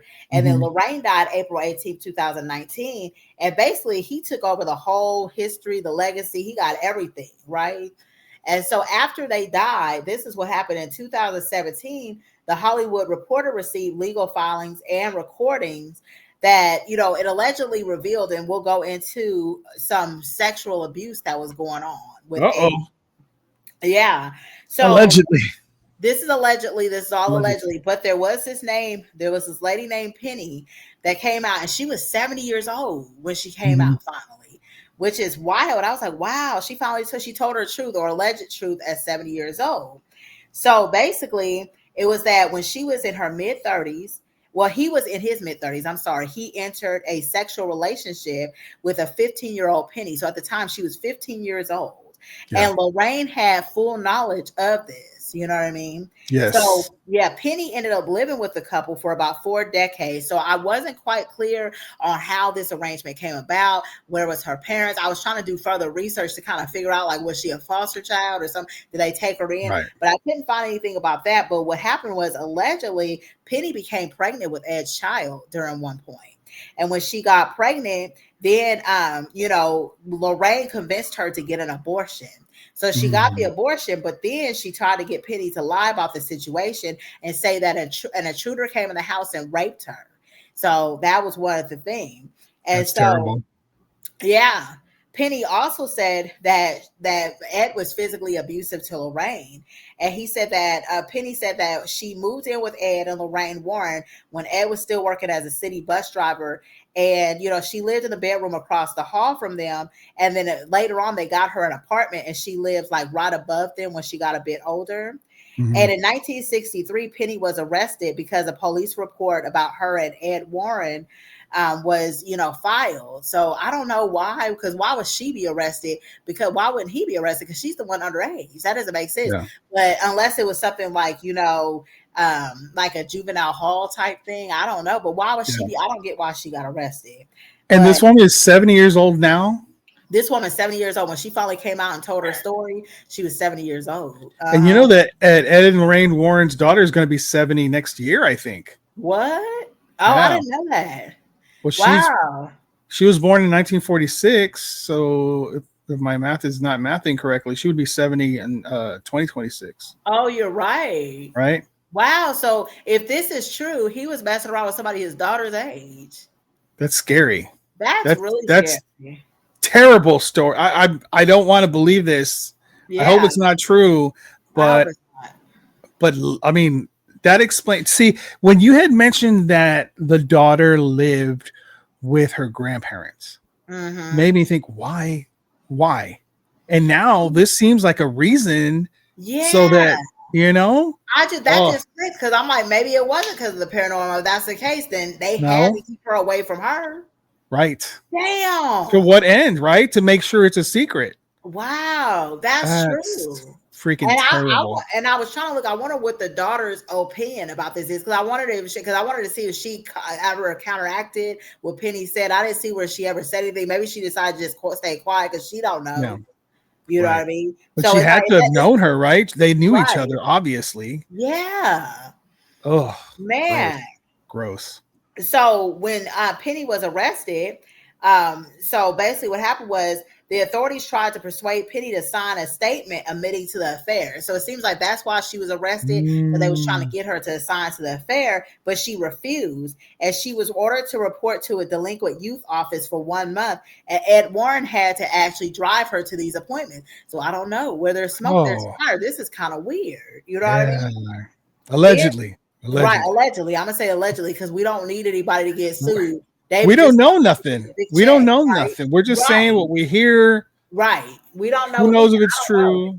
And like I said, like it's really hard because I never want to say, you know, what a victim's truth is or isn't. But for me, it's really hard when it comes out after the person is dead because I want that person to be able to defend themselves, even if it's a lie, because then I could pick apart their lie. Like, no, I feel like he's lying. But by him being dead when this came out, I can't really say yay or nay what happened. I can definitely say I want it to not be true. Yeah, me but too. I mean, just by listening to Ed talk on certain occasions, how he talked to Lorraine sometimes, how Lorraine reacted to him in public always made me think, was she being abused? Because she had that kind of like she would recoil or she would be quiet. Yeah. Or, you know what I mean? And you wonder, it makes you wonder what Ed's like when the doors are closed, you know, but and you know what, I don't know, because I should have watched some interviews with them, because that's what some people were saying too, is that he would do most of the talking, like she would be kind of she was very submissive to him. That's the word. Right, exactly. And she was a talented one of the two. It wasn't him, you know, nothing against his demonic whatever. She actually could pick up on stuff. She could read energy. She could you know, pick up on the details of the house, what happened there, without having any prior knowledge. She was really good. Yeah. So why couldn't she speak? She was the one who had all the talent. You know what I mean? Yeah. Right. But, yeah. Well, so basically after basically Lorraine supposedly allegedly forced her to get that abortion. And the reason is because Lorraine was like, this would be bad for their business. Because, you know, this was right in the middle of, you know, them making millions of dollars, all that type of stuff. So their career would have been over at this point. So that's when she wanted her to lie and say, hey, somebody came into the house and raped her. You know what I mean? Right. And then on top of that, she said that according to her, Ed was also abusive and cruel to Lorraine. She said that he backhanded Lorraine so hard that she had lost consciousness at one point. And this is Penny saying that, right? This is Penny saying that. This is the things that she witnessed. God and she said, damn. Yeah. And sometimes she said Ed would slap her across the face to shut her up too. And like, you know what I mean? And so sometimes, and then there was times where Penny said that she thought Ed and Lorraine was going to kill each other. That's how bad it was. Really? Yeah. Wow. And so she said, you know, as I'm older, I can't even understand why I was staying there. You know what I mean? Yeah. And she was like, a lot of times I would think like, why did I screw up my life like this? She really felt like her life was kind of screwed up behind this, and she still feels trauma behind it, which is sad. If it's true, it's sad. It's really sad. You know what I mean? Yeah, poor kid. Yeah. Right. What kind of life is that?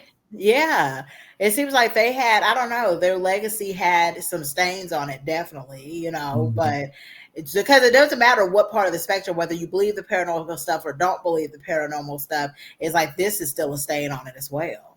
Yeah.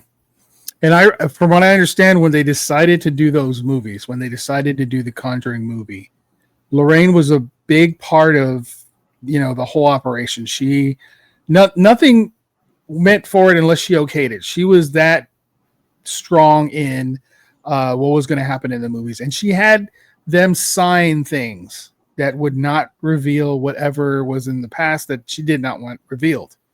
So she was very, very adamant that the legacy that they had is preserved and looks nice and clean in the way it looks in the movies. And it looks great in the movies, you know, because you're seeing a couple here that not only cares, but they're trying to help people. Yeah. And then they resolve everything, which of course, like you just mentioned, they don't get resolved all the time. People kick them out. Yeah. And so, Yeah. But, so she was a big part of maintaining that legacy. And you know, if you're Lorraine, you have to put yourself in Lorraine's shoes and think, I don't want that. No. Yeah. Because it's not only does it make Ed look bad, and I think they loved each other. I think they really loved each other. I think She didn't they want were him. married that whole time until he died. So that was like, dang, if they got married in 1944 and he died, when did I say he died? 2003, right? Something like that, yeah. Dang, I'm about to calculate to see how long they were married, because that means they was married for heck of long. They had one of your parents' marriages. I love those kind of marriages. Yeah. Because dang. 54 years those people were married. My parents. Yeah, but 59 years. They was married for 59 years. Damn. So I think there was definitely some love there. You know what I mean? Like, absolutely. I think so. But you know how they say like a real deep love when one person in the marriage dies, the other one usually follows afterwards. Yeah. Really close. Not Lorraine, man. She lived all the way into the pandemic. You know what I'm saying? Because she died. Damn, I didn't even think about it. So if he died in 2003, she died in 2019. She was 82 years old when she died. That's right. Wow. She lived a long time. Yeah. I'm surprised they didn't have more kids, but then they didn't even take care of the one they had. So I guess that's why.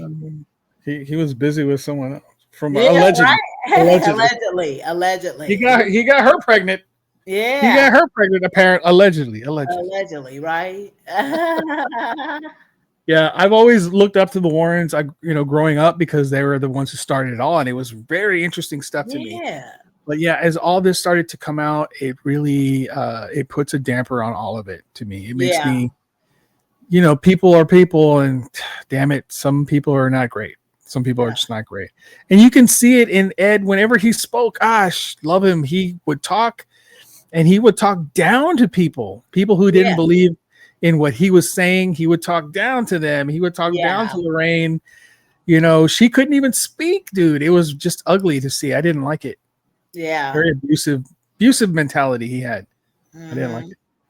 But the way he did try to drive, like you said, driving the bus and all that, when they started doing investigations, he did those speaking engagements. They got paid for those, right? Oh yeah, they did. And they got more and more. They would do speaking engagements. So he decided, I'm going to write a book.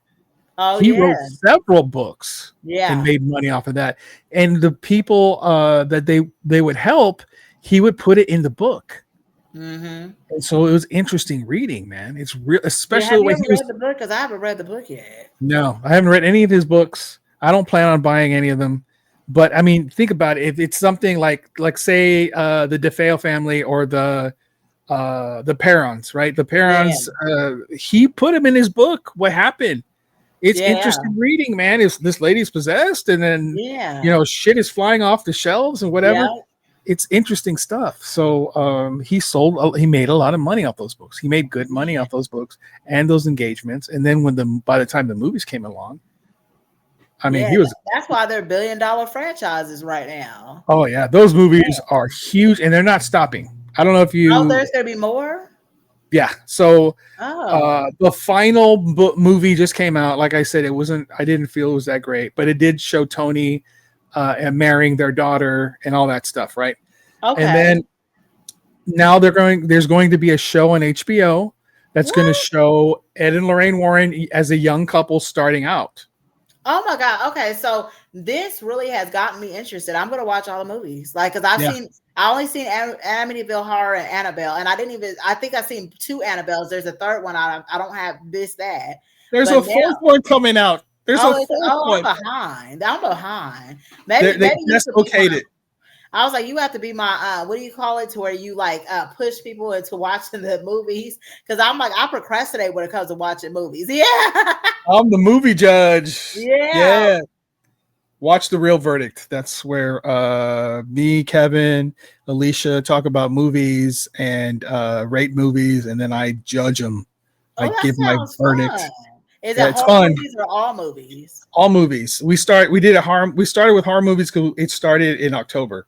So we Okay. did 2 or 3 horror movies, and now we're doing 80s movies. We're about to do mine. My movie is Amadeus. It's probably going to come out next Monday, but this is coming out in January. So that Okay. other one's coming out in December. So it'll be out already by the time. But Okay. my movie's Amadeus. That was my 80s movie. Okay. And I've never heard of that one before. One of the best movies ever made. Is that a horror movie or is it? Nope. It's about Wolfgang Amadeus Mozart, the conductor from the 1700s. He is one of the best musicians ever. And the movie is a kind of like a thriller. It's very good. It's a very good movie, and it's set in the time that Mozart was at his height, and it's basically a killer type. Like, did this other conductor kill Mozart? How did he do it? That kind of thing. What? So That good. sounds good. So it's kind of like a suspense thriller kind of thing. Yeah, and then it's Oh, also I love hilarious. It's funny, and it's just I say it's one of the best 80s movies I think is out there. So yeah, that's but going back to the Warrens, Mhm. yes, definitely watch those. The first one, you're gonna love the first one. Okay. Okay. First one's the best one in my opinion. Second one's really good. The third one starts to drop off, and the fourth one goes off a cliff, basically. And the fourth one is when she gets married and all. So basically, it's like it's following their actual stories. Right, Judy. But here's the difference. And close your ears if you don't want to hear a spoiler if you haven't seen part 4 of The Conjuring. But Judy apparently has the same abilities as Lorraine. What? But guess what? In real life, she does not. Yeah, okay, because I was about to say I didn't see that in the research because she don't even care about this stuff. So she hates it. Yeah, Yes. she hates it. She found out her parents was doing it, and she worried that they're scamming people. So yeah, she was not into it, and she's still not into it. But they're telling a story. So yeah, Tony shows up. They show their love story. They show Ed and Lorraine's love story. Then they get attacked by a mirror, and it's ridiculous, man. And I didn't like the way it ended, but whatever. It's over. The first one's the best one. Go see the first one. Okay. Yeah. I'm gonna have it done. I'm gonna watch the first one. So that's nuts that you found all that, because I had seen it before myself. I saw it and I didn't want to believe it, and I was wondering, hey man, is this research? Is this real, or is someone making this? Is this because then I saw a video of this woman talking about it. That woman Penny, she talks about it. And it's you just wonder like, what if she's telling? There's a lot of things that could be really debunked when it comes to them. And I think that's what makes it so hard to believe. But there's like really diehard Warren fans that you can't tell them to this day that this stuff is not real, you know? And who knows? Like I said, I don't know. But there has been so many things that's been debunked of theirs. I don't know. I'm not doubting maybe she was, a psychic and she can feel all this and everything, but I don't think every last thing that happened was real. But then it does make me wonder, like, so the people that all this was happening to, they called the Warrens in to help them. So it's like, so were you actually, because at the time you didn't know you were going to get a movie deal or a book deal. So what would you have to gain by calling them in? So then it does make me wonder, were they feeling something? But it is hard for me to feel like, okay, some ghost was throwing you out of your bed. That's what makes it so crazy to me. Mm-hmm. So I don't know. What do you think? I have seen Lorraine do her thing but here we go into, it's a TV show, right? Mm-hmm. There's this guy, he had a TV show called Paranormal State. That's how I kind of found Lorraine. She was invited, to this group. They were investigating a house. The people in the house were having all sorts of problems. This was going on, that was going on. The young guy who was running the show, his name escaped me, and I'm kind of glad. Because later on, this guy goes off the deep end and does a lot of drugs and screws over a lot of people and got arrested, and now he's back. But anyway, so when he had his show, he brought in Lorraine. Lorraine goes in the house, starts talking about what's going on, and sure enough, everything she says is absolutely correct. Perfect. Really? Yeah. Wow. Now, does that mean she's real? I don't know, because this is a TV show, and this guy kind of seems corrupt to me now. The main guy who was running it, Yeah. and he was also here in San Antonio when Tony was here, but he could have been feeding her this stuff, right? Because she said she did not research the house. I have not researched it. I've not been here before. I don't even know where I'm going. You're just bringing me to a house. Could he have fed her information? Maybe. I don't know. I think so. If he didn't, she's the real deal. If he didn't do that, because she wasn't only on his show, she was on several other shows where she did exactly the same thing, and she was able to pull out information, even some information that they didn't even know. Really? But she was accurate every single time, and I was like, damn, son, this girl's the real deal.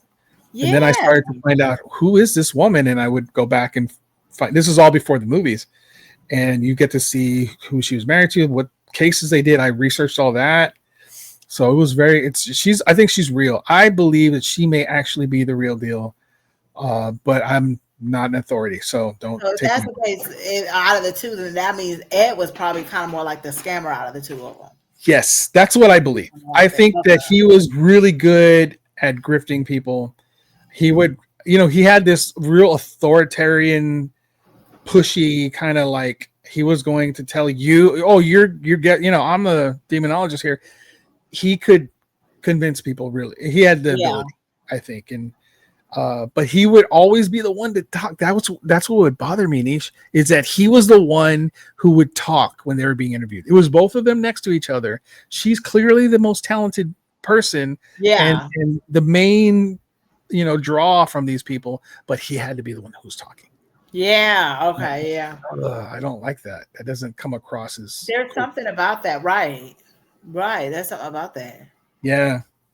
But thank you so much for that information. That was amazing, man. You're welcome. This was Holy so crap. fun to me. Like, I thank you for kind of opening up my horizons, and even to the paranormal world. I still want to, experience, like, go different places, paranormal places. So hopefully we'll link up in that way.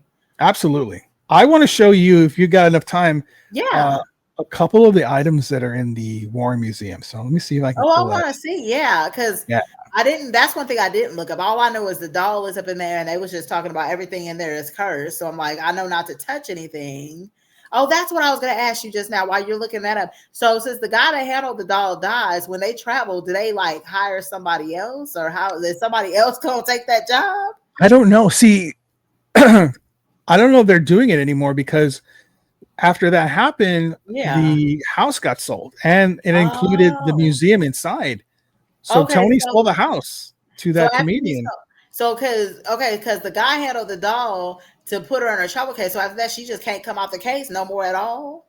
Because who's taking her out to put her back in the? Oh, but if the museum is sold, then she really don't got to go back in the glass, right? I don't know. So this is what I think. I think that Tony sold the house to this comedian and some other guy, and he probably said, "Hey, you need to have the priest who comes over here twice a week to bless the case and all this. Don't stop doing that, and everything should be fine. But leave it in the case." How she get back in the case though? Because she was in the travel thing. The guy dropped dead, so that means she's stuck in the travel. Oh, they brought her back. Someone had to have brought her back. I don't know who did it. Took her out, though. That's what I'm saying. Who's volunteering to do that? Not me. The previous guy just dropped dead. Right. I'm not doing it. Yeah. I'm not doing that. That's crazy. So, she would have just had to stay wherever she was. Here we go. I'm going to show you the first one. Okay. Real quick. Here we go. I'm going to show it. Boom, son. There it is. Oh my God. That's a doll. Oh, the shadow doll. That looks scarier That's a than shadow Annabelle. doll. Yeah, it looks worse. It looks worse to me. So I'm going to give a shout out here to Curious Twins Paranormal. These are friends of mine here in San Antonio, Texas. They have a tour, like a paranormal tour here in San Antonio. They have the Yorktown Memorial Hospital that's a little south of us. They are great. They are really, really knowledgeable. And this is from their page. So I'm going to read it. I want to go. This is called the Shadow Doll. It's constructed of real human bones, teeth, and nails, as well as animal parts. How about that? Wow. Its purpose was to curse and terrify. Oh my God. Is she in a case too? I hope she's in a case. She does not look like she's in a case. That's weird. Why would you put Annabelle in a case and that gets to be out? I don't know. This one says the doll was created in a ritual in the early 90s and is said to curse people by visiting their dreams. According to Ed Warren, the doll could stop people's hearts, causing death. Oh my God. And then what is she holding? Is she holding a dragon? I don't know. Let me. She's holding something. That looks like a dragon unless I'm seeing things. Oh, I think that's like her coat or something. It looks like a dragon though. Oh, I didn't notice that before. How weird. Oh, it is. It's like a bird around her. Yeah. But she's got feathers right here. Sorry for you guys who are listening. I really apologize. Definitely go check it out on YouTube. It's Dayvid, Daybid from DTRH, and you'll be able to see it. Also says here, it leaves a question: if the doll is so horrible, then why hasn't it been destroyed? That's because everybody's scared. Who's destroying it? Like, who's starting up to do that? It says that's because it's said that the spirits summoned during the doll's creation will follow after those who destroy it. Today it's locked away, but will be on display at the Psychic and Spirit Fest in San Antonio as part of the Warren's Occult Museum. This happened in 2024. Damn. So again, shout out to Curious Twins Paranormal. Those guys are awesome. Fred and Steve are the best, man. So definitely go and follow them. San Antonio. I will definitely be checking them out. So that is that. Let me show you another one. Let me pull that guy out. And let's see. Old Dave is very slow on the uptake when it comes to the stuff he's learning. Stop sharing. Okay. Now we're going to share another one. This one is, I think it's called the Satanic something or other. Let's see. Share screen. And I think it's this right here. Yeah, here we go. Share. Booyah shaka. What is that? I'm sorry. I don't want to laugh because I don't want to get cursed. What is that, though? The satanic doll. It's a satanic idol. That's an idol? And why is that guy just touching it? He's just... I don't know. He wants to be heard, I guess. Oh, so this is basically was used for satanic rituals. It is said to bring out evil spirits. It does horrible things. So the Warrens brought it basically back. But how can you just walk up to that and just touch it? Is that's somebody that just came to the museum? Yeah, You're not supposed to touch nothing. Right. You're not supposed to see. If you look, he's not actually touching it. He just has his arm around it. Oh, he's not actually touching it. Okay, no. It makes sense. So he's probably still alive, right? Because you would hope, right? You would hope he's still alive. Because damn, I don't even want to get that close to it. He's brave. So this is basically this is an image. Uses an old picture. They're calling this the masks or the masks here. I don't know what. I guess this is a mask right here of a skull. These are all haunted objects that they've collected. There's a doll right here. There's an old photograph. I wish I had more stories on these, but this is all stuff that they have in their thing. This is a child's tomb. I don't know why that's there. There's an organ, but the picture's not there. And here's a brick from the Borley Rector, which is one of the most haunted houses in England. Wow. So brought this brick over. Wow. Yeah, that's craziness. Usually a lot of times you're not supposed to take nothing from, certain places. Oh, yeah. Right. But they did. And this is an actual human skull that's in the museum. Why does it have a star? Is there like a meaning to it or something? I think it was also used in satanic rituals. Wow. Let's see if there's any information. It doesn't have any information on it, unfortunately. Yeah. But yeah, that's some of the amazing. Stuff. Wow. I do want to go look at it, but I'm going to be scared to touch it. I don't want to touch nothing. Do not touch anything, Nisha. Right. Don't touch it. Don't touch that thing. Don't touch it. No, be in there with those hazmat suits on. That's how bad. But I want to go look. My curiosity is gonna kill me. I'm telling you. You know what? We should both go together. We should go. Yeah. It's in Connecticut, I believe. Okay, yeah, we'll plan for that because I don't mind going. I'm really gonna be in that hazmat suit though. Because what if you accidentally bump up against something? Like. I don't want anything following me home. That's all. We went to, I don't know if I told you, Angie and I went to Boston and then Salem, Massachusetts. Yeah. And Salem was awesome. Salem was creepy, but it was awesome. I've always wanted to go there. And then because of all the airline issues at the time, we got bumped. Our flight got pushed today. So we got to spend time in Boston after we came back from Salem. So that was fun. We had a great time, man. Oh, yeah, that's how you sound like you had a good time. We're so close to Connecticut. We could have driven over there and seen the museum, but Oh yeah. I wasn't ready for that. But we're definitely gonna go. Let's aim for Yeah, next year or 2027 or something. Let's absolutely. go to Mr. I'm coming to California soon. I'll be in Yeah, you California told soon. me. Yeah, Yeah, the I'll let LA, you right? know. So we're making plans Yeah, for LA for your when you're not like absolutely. with the family. Yes. Yeah, You're near LA? Are you pretty close to I'm LA? 6 hours from LA. God So damn. yeah, but I go to LA all the time because that's where my auditions are. If Oh, I have cool. to do acting and stuff like that. So plus I go to LA a lot to manifest good things happening for me. Okay. So Do you have yeah. any auditions coming up? I don't have any coming up, any auditions coming up. No, I don't. Okay. But I Okay. will soon. I'm manifesting that right now, and it's gonna be in LA. I'll be Yeah. pushing some positive energy your way. Thank Get it. you. Get it. Get it. Thank All you right, so much. Nisha. So when you come out to LA when you're not busy or whatever, let's save it. Let's go to Mr. Chow's for lunch. Let's go to Mr. Beverly Hills. Chow's? All Let's go to right. Mr. Chow. That sounds Look, cool, 'cause every man. time I go to LA, I go to Roscoe's Chicken and Waffles. But let's go to somewhere Oh, class A. Okay, let's go to okay. somewhere. We Mr. got Chow's. You can't get any classier than that. Mr. yeah. Chow's, yo. Okay, so we're gonna I love save up it. our money and we're going to Mr. Chow's. Okay. That sounds good. Okay. All right, Yeah. Nisha, we have reached the part Uh-huh. of the show that I like to call the 6 questions. And this is hot garbage style. Okay. 6 questions, hot garbage style. Oh, All I right, love Nisha. hot garbage style. Number 1. What brought you to create hot garbage? How did you come across the idea that, hey, I want to create a podcast and I want to do this? And how did that come about? Well, so I always loved true crime, and I'm like a major true crime junkie. And so Hot Garbage actually started on Facebook because it wasn't true crime. It was just we would talk about just stupid stuff, and it was like a Facebook Live thing we used to do. And then I said, you know what, maybe we should turn this into a podcast and just gear it to just true crime because that's what I love, and that's why it's called Hot Garbage True Crime Edition. Which I could probably drop that because we don't even do the Facebook one no more. Yeah. But that's where that came about because I was like, I want to do a podcast. That's awesome. Yeah. And was Buddha with you since the beginning? Yeah, he was with me since the beginning. We started off doing the Facebook thing together. We would do that every single Saturday, and that was like video and stuff like that. And then we went on to the actual podcast. So he's always been with me. That's great. And is he nicer to you now than he was before? Because in the beginning, I was like, what the hell is going on here? Yeah, I remember that. Because Buddha's always been an a-hole, huh? Like, oh my gosh. He's lucky that he's funny. He's lucky that he's funny because I was like, I don't like the way he's talking to her right now.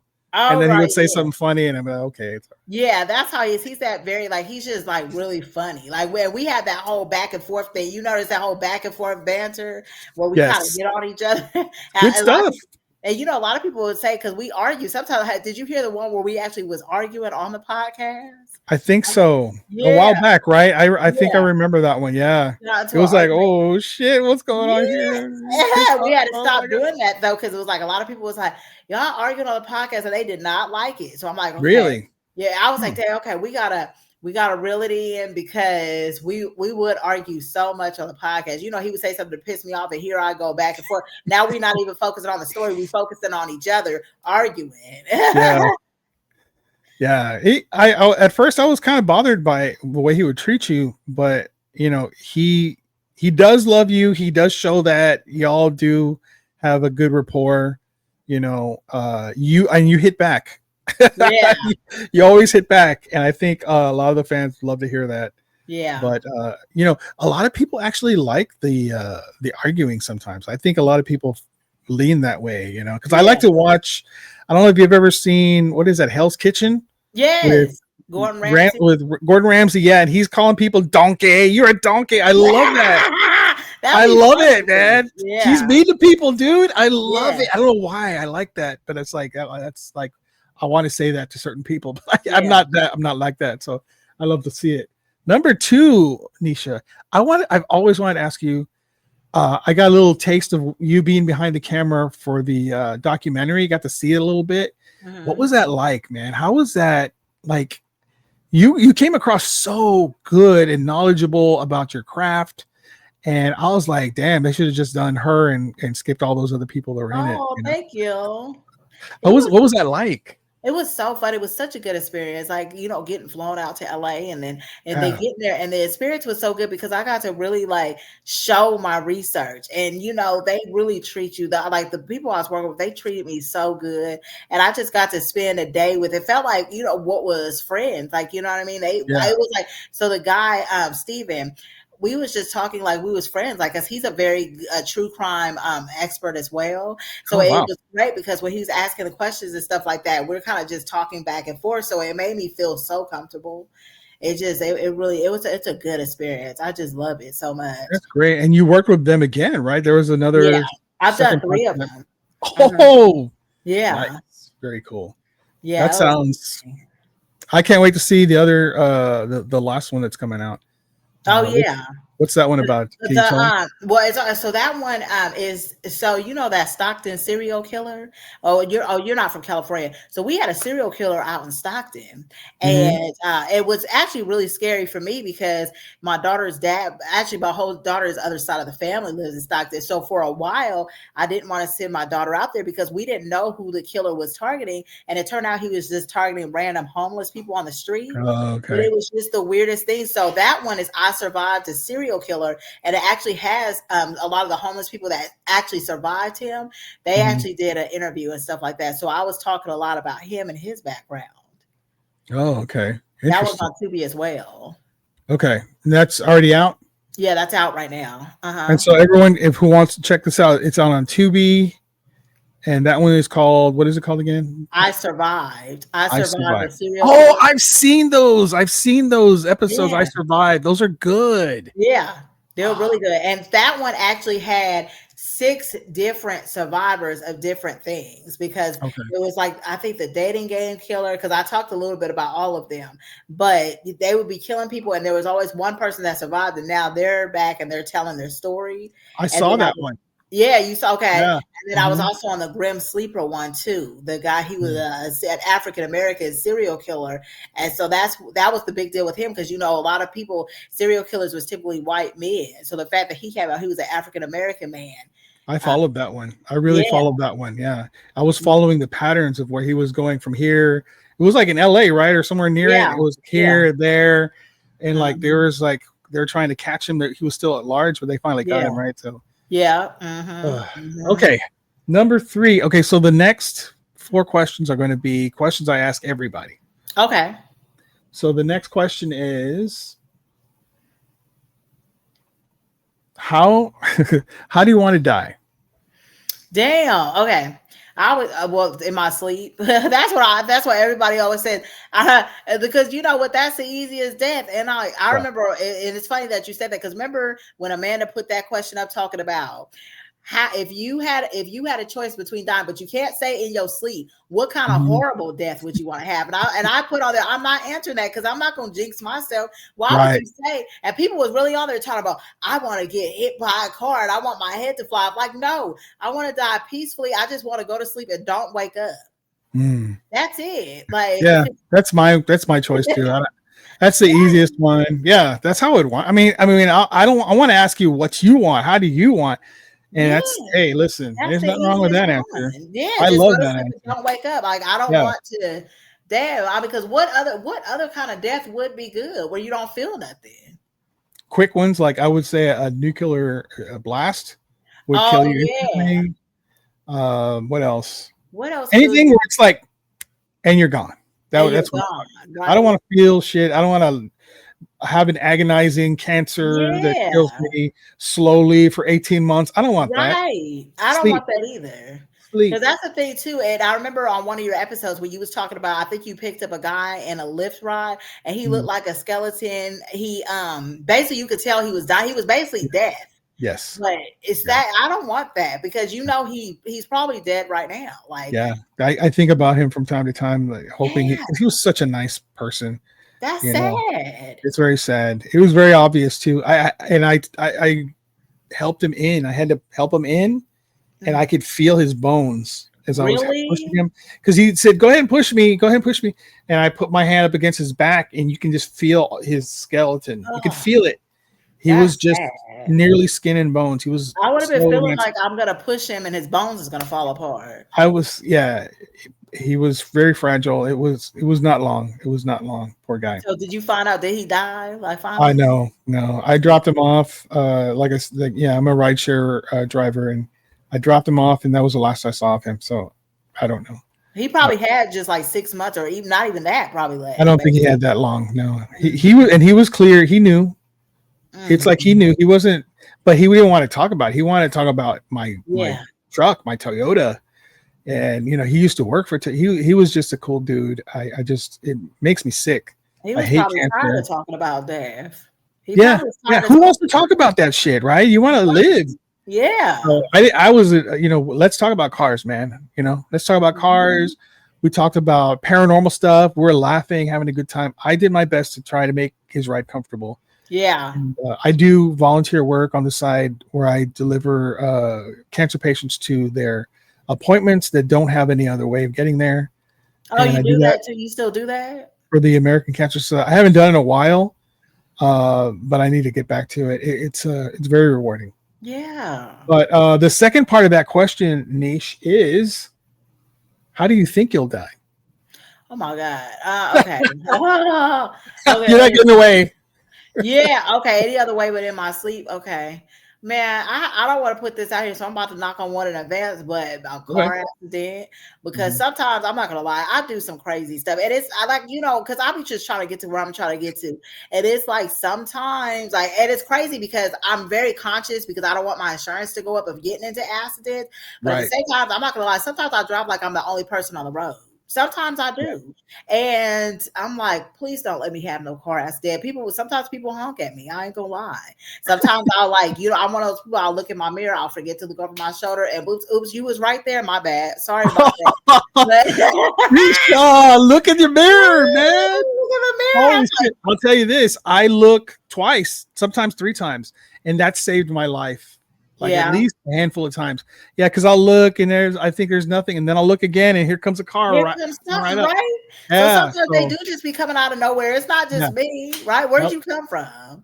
You got to look 2 to 3 times. It saved my life. Honestly, I would have been like, one time I looked, there's nothing there, and I was getting ready to turn, and when I looked again, it was an 18-wheeler. Just ran. Yeah, I would have been toast. Where did he come from? He came out of nowhere. The son was going faster than he should be going for an 18-wheeler. When was the last time you've been in a car accident? Oh, dude. Trying to remember. I think I was 15 or something like that, 16. Okay. And I was learning to drive, so I crashed into a car that was parked. In 2015? No, I was 15 years old. Hey, you haven't gotten into an accident since you were 15 years old? Yeah, I'm good. I'm the best driver in San Antonio, Texas. I'm the best ride-share driver. Insurance. You have I'm good. Oh, yeah. Let me get on your car insurance, Dayvid. Oh, yeah. The best.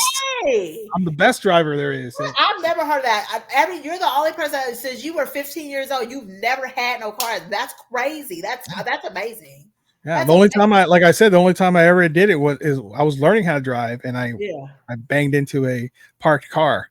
That's amazing. And my dad somehow talked me out of it. I don't know how he met with the couple. It was a lesbian couple that they were very upset, and he explained all, well, this is going on, that going on, and he sweet talked them and got me out of it somehow. That's good.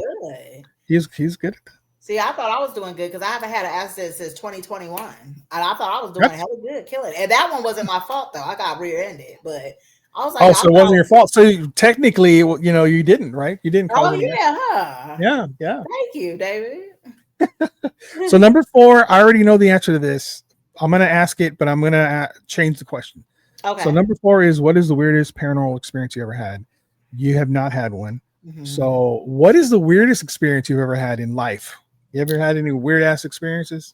Damn. I've had so many weird experiences. But I'll shorten one up because I think I talked about a long time ago.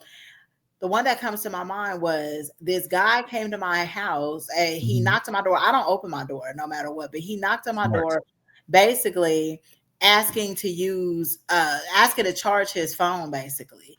And I talked to him out kind of through the door, like it was kind of one of those things, asking to charge his phone. And long story short, basically, I came to find out that he was actually a rapist in the neighborhood. What? Yes, he was actually a rapist in the neighborhood. After he left my house, and this is how creepy it was. So this is how creepy it was. So basically what happened was I was waiting for my girlfriend at the time to come upstairs. And she always had this thing where she wouldn't knock on the door. She would call me to open the door. But if she would call me, if I didn't answer the phone, she would figure I was asleep, so she would leave. And so that's what was so scary, is because a guy came to the door asking to charge his phone. And I'm like, no, like, you need to like go away. You know what I mean? And then, so basically what happened was, came to find out he went to somebody else's house and he basically, I guess, raped her. And I found that out because they was like, did you hear about so-and-so getting raped? And it was a lady that was across the way from me. And they said a guy came to the door and asked to basically charge his phone. And she let him in. It was an old lady. Damn. That was scary though, because I was like, why did he pick my door? Like, how did he know? Like, so obviously, how does he know like where the women live? Is he just knocking on everybody's doors? It was weird. It seems like he maybe, because you've done a lot of investigations and crimes. He had, and these guys, they start off as rapists and end up serial killers eventually. Yeah. He was stalking. He knew what doors to knock on. He knew what doors to knock on. Yeah, because it's like he left mine. I don't know if he knocked on anybody else's after that, but he went over there and he went to hers. And I was like, it's really scary, because let's say I was the type of person to open my door or something like that, I wouldn't have had no help, because like I said, if she would have called, she would have thought I was asleep and she would have left. So it's not like she was going to come upstairs to see what was going on. I wouldn't have had no kind of help. Yeah. And this is why you don't open your door for nobody. Nobody at all. Man.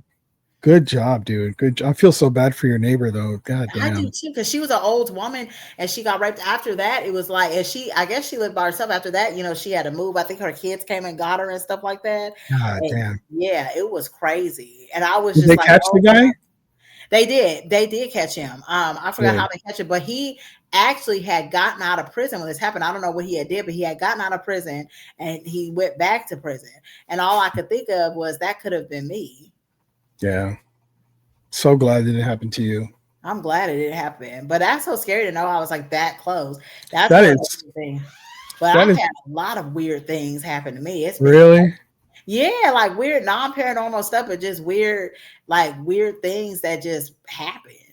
Jesus, that's crazy. But, yeah. All right, damn. That's like, usually some people have paranormal stories. I don't know why that one's way scarier to me. That one's scary, but the other thing weird that happened was, and this is my own fault, so this one's probably gonna make you laugh, right? So I had been at my job, this was years ago, I had been at my job stealing, right? Yeah. And maybe you can say this, well, this is something in the universe. So I had been at my job just stealing. I was just like stealing. So there was this day, and I also had bad attendance. It was at this little clothing store. So there was this day where I couldn't find my keys, like at all, right? Mm-hmm. I couldn't find it. So this job had the point system. The point system is like, if you come in X amount of times late, they give you so many points. Well, I was almost to the point that I was going to get fired, right? Mm-hmm. So I'm sitting over here. I had dropped my son off at daycare. I'm looking for my keys, can't find them nowhere. And it's the weirdest thing, because usually I will put my keys in one spot.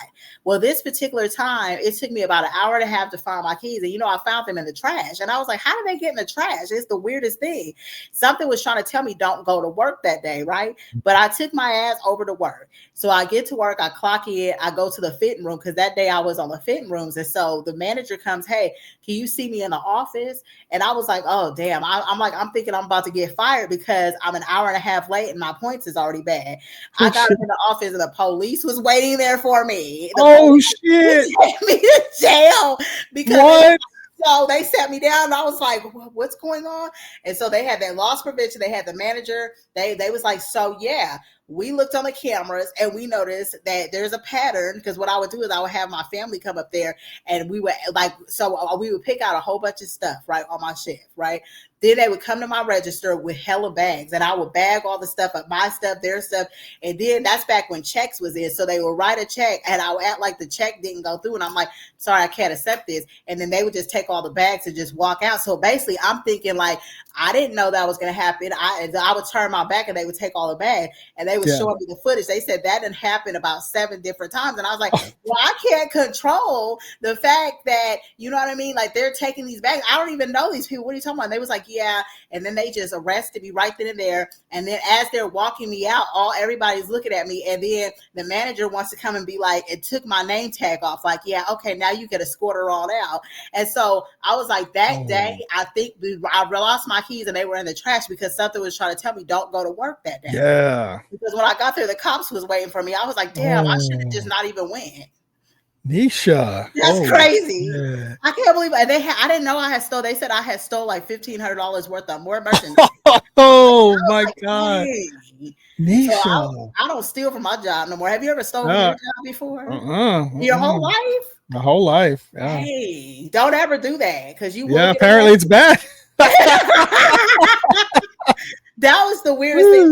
That was weird. That's weird, man. You got arrested? Holy shit. How long did you have to go to jail for? Oh, so I was only in jail for that night. And then, because that was my first offense, so I got on my own recognizance. And then what happened was, so my daughter's dad was sitting there waiting for me outside the prison because I got released at 6 o'clock in the morning. But I did have to go to court. And I had to pay, so it was $1,500. I had to pay restitution of like $2,000 and something because you always pay back more than what you stole. Yeah. And it was just a nightmare. And I was on probation for 3 years. So don't ever do that, ever. No. You're listening, boys and girls? Yeah. Don't steal. Because I was on probation, and then I went and got my record expunged because you have to pay all your fines and stuff. And then and they expunge your record. That's good. Yeah, so I did get it expunged, so I didn't have that. But it took me, because you have to be off probation, so I had to wait 3 years, and then you have to pay off all your fines. So it was like 5 years after that my record got expunged. So there was some jobs I didn't get because of that, because it was a felony at first, and then it went down to a misdemeanor. So it was, it was rough. So don't ever do that. And then I'm telling my family, the people that, help me, because of course I'm not going to snitch or nothing because it was my idea. But I'm like, damn, you guys just got away scot-free. Yeah, exactly. I took the blame rap for everybody. They should have. Did they pitch in a little bit of cash here and there to help out? You know what? No. Damn it. They should have helped out, man. They should have helped out. I was like, that's why don't commit no crime with your family or friends because they're not going to care or help you. All right, number 5. What's the scariest or weirdest dream you've ever had? Dang, you know what? I think, is it true you're not supposed to talk about your dreams at night because it's night over here? And now I don't feel like I can't say it because I don't want it to come true. No, the thing is, what was it? My mom would tell me, you can't talk about your dreams until after you ate breakfast. Oh, really? That's what they had told me. I mean, I don't know. I don't think it's going to happen either way, but it's weird anyway. Okay, so there was this thing called the Comrades, and it was weird. They were like these little, like, robotic looking, scorpion looking things. Oh, shit. And they were coming after me, and I don't know why. And then they was just like, it's the Comrades. But the Comrades, if you look up what Comrades are, they're friends. If Comrade means friends. So I was like, they're not my friend. But I was sitting over here screaming. I was sitting over here. Basically, I woke up crying because they was like, there was a lot of them, and they were after me. And then that next day after that, I had one of those dreams where, you know how like you're half asleep, half awake. And then when you're half asleep, half awake, you can't move your body. You remember that? Oh, I know what you're talking about. I don't know what that is, but to me, that's the worst. It's a night terror. Is that what it is? Where you can, but you can hear the noises around you, but you can't get up. It's like you're awake. You think you're awake. Yeah. Oh, yeah. Those are the worst for me. And so I actually sleep on my stomach or my side because if I sleep on my back, I notice I get them if I sleep on my back. But if you sleep on your stomach or your side, you don't get them. I don't know if it's the same for everybody. But. Well, I know that I tell everybody this, that I used to get them a lot in my 30s. And I forget who told me, but someone told me if you need what you need to do. Because for me, I would be on my back and it was like something was on top of me and I couldn't move. Really? And I would try to scream and I couldn't make a sound. I was like, but I was making sounds because I was going like, wake me up, help, wake me up. But I couldn't, I was trying to scream that. Oh. And there have been occasions, I was married at the time, and my ex-wife, sometimes she would hear me and she would wake me up. Really? So I was asleep, right?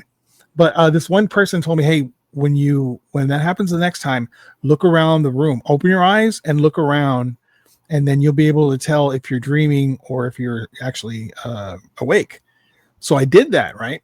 Yeah. And so I'm trying to scream, I'm trying to move, and then I open my eyes and I look to the door of my room, but the door is not on the wall it's supposed to be. It's on the opposite wall. And it kind of broke my brain for a minute. I'm like, that can't be. And then Yeah, it snapped in my head. I go, I'm dreaming. And after that, I never had another one of those experiences ever since. Oh, Once I wow. realized there were dreams, went away. So it's But like a you lot have of to people, tell yourself, like, I'm dreaming, right? yeah, I had to realize it was a dream, and that's how it basically left me alone, I guess. A lot of people think it's like a demon or some sort of spirit that is like trying to keep you, or I don't know what. Mhm. But I personally don't think it's that. But I don't question what people believe. If they believe that's what's going on with them, I'm not going to question it. You know what I hate is I Mm. hate the dreams that's hella good and you wake up. Like the dreams that's hella good, like you got so much going on. You're about to go over here and get this man and that man, and then you wake up and you're in your bed and you like, oh no, that was a dream. Don't you hate that? I do, and I it's want to usually say I'm with some beautiful woman, man. And I'm that. working, I'm working, I'm working, Yeah, and then I wake up and like, no, go back to right. sleep. And then when you go back to sleep, you don't ever have that dream again. I hate No, that. I've actually had dreams where I wake up, like they Uh-huh. wake me up, and then I go back to sleep, and I go right back into the dream. Have you ever had What? that? You've had I've that? been I've never had that I've, before. I'm able to go back. Sometimes I'm able to go right back into the same dream. It may be a different perspective or a different place, but it's the same type of dream. And I love Wow. that. I would Yeah. love that too because I never get to go back to my good dreams ever. That's crazy. No, so you know them dreams where you fall? Is it true that if you hit the ground, you're gonna die for real? Is that true? I don't Because know. have you ever had dreams where you fall off like a building or something, but you wake up right before you hit Yeah. the ground? I wonder is that true? Well, from what I understand, if you die in a dream, then you die in real life. But I'm not so, I mean, how are you going to prove that? Right. I don't know. Because That's what they said in Freddy Krueger. Is that really a real thing? if that's what was said, that's probably where I'm getting it from because I Uh, loved those movies. My me parents thought there was too. something wrong with me because they were hilarious to me. I would Yeah. laugh as a kid. I was laughing my ass off. Yeah. And It they were was like, "Oh funny. shit, there's something wrong with Dave, and he's laughing. Yeah. Is he gonna be a serial killer when he grows up? Holy shit, he thinks it's Damn. hilarious."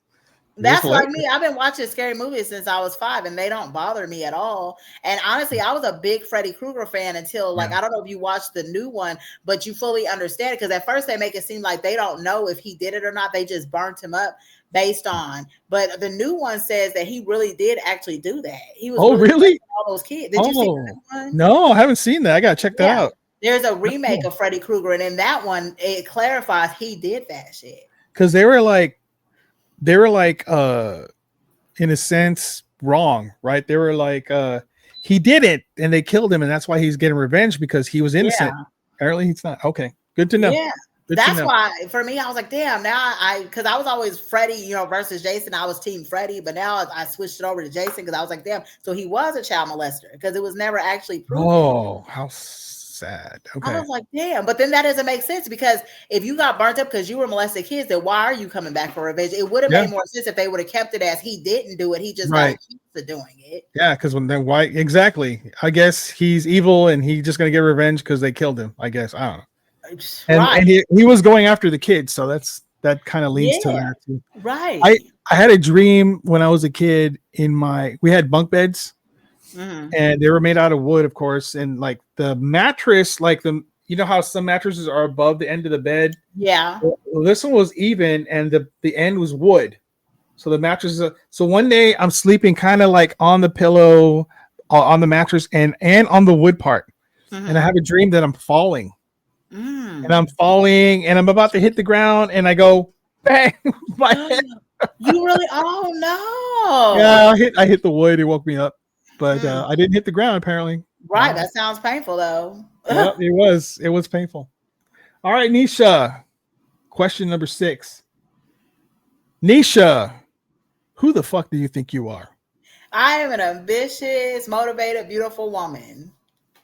Absolutely. Everything about that was right. You are very you. talented also, extremely you. talented. You're a star as far as I'm concerned. Your podcast is really good. It's so funny and it's so informative. And I love how you go into all of the details. You're really detail oriented because you Thank get all you. like the research is really thorough, and you talk about, you know, the aspects of what they're trying or why they're doing this, and it's good stuff, man. I love it. And then Buddha, of course, is hilarious. But you bring all the juice. You bring all the juice, and Thank you. And you're thank you for always supporting me. I really oh man. appreciate that. I have a knack, like I can see talent. I can see people who are going to make it, and you're definitely one of those who are definitely going to make it, man. I can Thank see it. you. You Yeah. are too. I love you so much, David. Thank you so much. I'm so glad we're friends. Thank you for being on the show. This is awesome. Yeah, this is fun. You're an experienced podcaster, and so I gotta bring my shit up, man. I gotta level up. You know what I'm No, saying? you're good. Like you're doing a good job. I love your Thank show. you. Like I said, like I'm almost caught up. I keep myself behind on purpose because when are you gonna start dropping every week instead of every 2 weeks? Man, I I want wish. more. I No, I know wish. you're I busy. wish. I I know need you're more busy. time. I wish I can do Yeah. once Down the Rabbit Hole starts paying some real money, then I will definitely go to one once a week. That'd be fun. Yeah.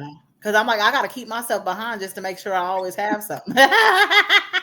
Well, we have I have let's see. I have all the way to January. Like I believe this episode is going to be middle or late January.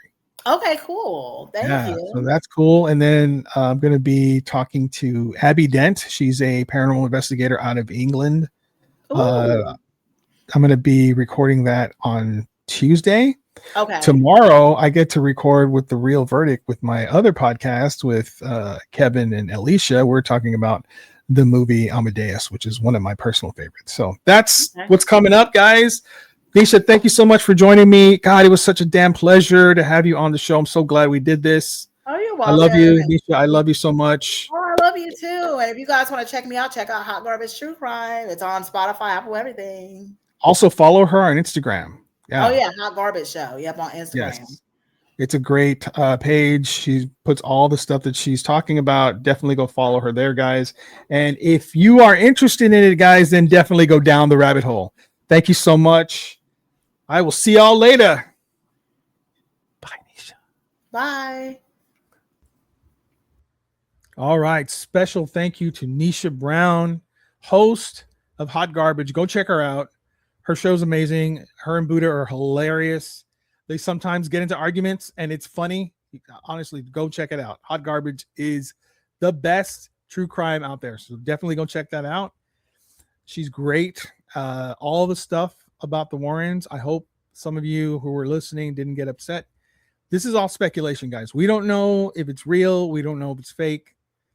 It's something that has made the news, and or people have made accusations, and I'm just saying we had to cover it. I want to be as real as we possibly can. And yes, they are legendary investigators. They did pave the way for all the investigators out there now. But listen, we're going to talk about what needs to be talked about, and it's all speculation. So I just want to talk about hate for a minute, which is hilarious because we were not hating on the Warrens. We love the Warrens. We love the show, the movies. There's a show coming out about the early part of their investigative journey. So that's going to be great. I did watch all the movies. I thought the last one wasn't great. The first one to me was really, really good. I really like that one. But it is what, the 29th? This drops on the 29th. Today is actually January 7th, and I recorded this with Nisha on the 20th of December. So this is the way podcasts work, yo. So hate. I used to do New Year's resolutions, and I would keep track and I would work at it. And I think that's a good thing. A lot of people don't do it, and that's fine. I stopped. But this year I wanted to do something, maybe work on a few things. And I noticed on the first or the second, I'm driving around and I'm saying, I hate to go here. And then I thought, why do I hate to go? I have no reason to hate this place. Why am I even saying it to myself? When you say stuff to yourself, you're adding to the universe. You're putting stuff out there that will come back to you. I no longer want to put hate out there. And so I'm working at stopping the hate. I don't hate people. I have no reason to say that I hate so-and-so and this and that. So I've never really, I did hate myself for a very long time. I really did. That's a true thing. I think I'm over that. I don't hate things. I do, but I'm trying not to. So that's what I'm trying to do this year, is remove the hate. If I have any hate in my heart, I'm taking it out. I advise you to do the same. Don't wallow in that, because what happens, and I've learned this by experience, guys, if you put hate out in the world, it will come back. Absolutely will come back, and it will be worse. And it's a whole Bloods and Crips thing where you're just back and forth, and you don't want this. It's not worth it. It's not worth your time. Do the things you want to do in life. Forget about hating stuff. It doesn't matter. I don't hate Democrats. I don't hate Republicans. I don't hate independents. I used to say I hate politics, and I kind of do, but I'm not going to say that anymore. I am not entertained by politics, and I don't like it. I don't hate it now. I just don't like it. It's not my thing. I don't like talking about it. It's boring. You know, people are stuck in their ways, and that's boring to me. When you can't open your mind and think and talk openly about different things, well, that's boring to me. So don't hate, though. Take it out. Why do people hate white people? Why do people hate black people, Indians, right? Hispanics? Why do they hate people? We're all people. So we're different colors. Who cares, man? Doesn't matter. It's the content of your character, right? That's what should matter. And you know, you should level people up like that. If you have people who are a drain on you, remove that person from your life. It's that simple, man. If there's negativity coming your way and you don't want that negativity, hasta la vista, baby. Remove it. Do it in a nice way. Kill them with kindness. And help people, man. Be nice to people. Even if they're rude to you, be nice. It's easy. And you actually freak people out when you do it. I'm weird. And the producer of the show is weird. You know, I have a lot of weird friends. And when people come at me and I'm nice to them, it shakes them up. It's easier to do that and to, you know, react with hate. On Down the Rabbit Hole, I get a lot of hate. I mean, when you're up to 750,000 followers, people who don't follow you are going to tell you what they think of you or your content or whatever. And so there is a lot of hate coming my way, but I will not interact with that because it's a waste of my time. And it, you know, you're hurting someone else. I don't want to hurt anybody, man. I don't want to put anyone or make them feel small or make them feel bad about themselves. I could easily do that, and I did that many a time. I was not a nice person in my 20s. I was a mean person. I was a mean person in my 30s. I was tough. I don't want that in my life. Those years, I would put it out and I would get it back. And it was not fun. It was not great. What I do now is I put out positive stuff. I'm nice to people out in the real world. I help them sometimes if they need help. You know, I've given blankets on cold days to people who are homeless that don't have anything to warm them. It doesn't. Just do it. Just be nice. Just do something nice. You could be affecting someone's life. You know, I'm a big believer in alternate realities. You could be that shift for somebody that was going to do something to themselves or to other people. That one nice thing you do could change that person's life and the people they may have affected had they gone another way. Think about that. You may never know that you saved someone, but what does that matter? You're not doing it for that. You're doing it. It's really for you. It feels good to help people. It feels good to be nice, even if they're mean to you. Remove the hate from your heart. It's useless. Let's live in a society where there's more kindness and less hate. This country needs it, man, especially now. Heed this, take this in, think about it, marinate on it. If there's something in your heart that you hate, remove it. See how that feels for a weekend, man. You're angry at your brother. Oh, take it out, throw it away. It's not worth it. Okay? Please. Let's try to do this as a New Year's resolution as a group. All right? Message me. Let me know what you think about this. I welcome all messages. Please like, share, subscribe. It's free. You can subscribe on YouTube. It's totally free.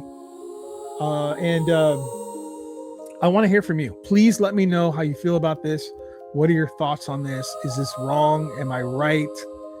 Were you a person who was angry all the time and had a lot of hate and now you're not?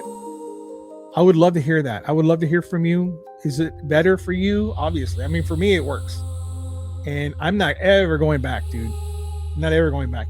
Even with people that I thought were my friends who hate me or, whatever.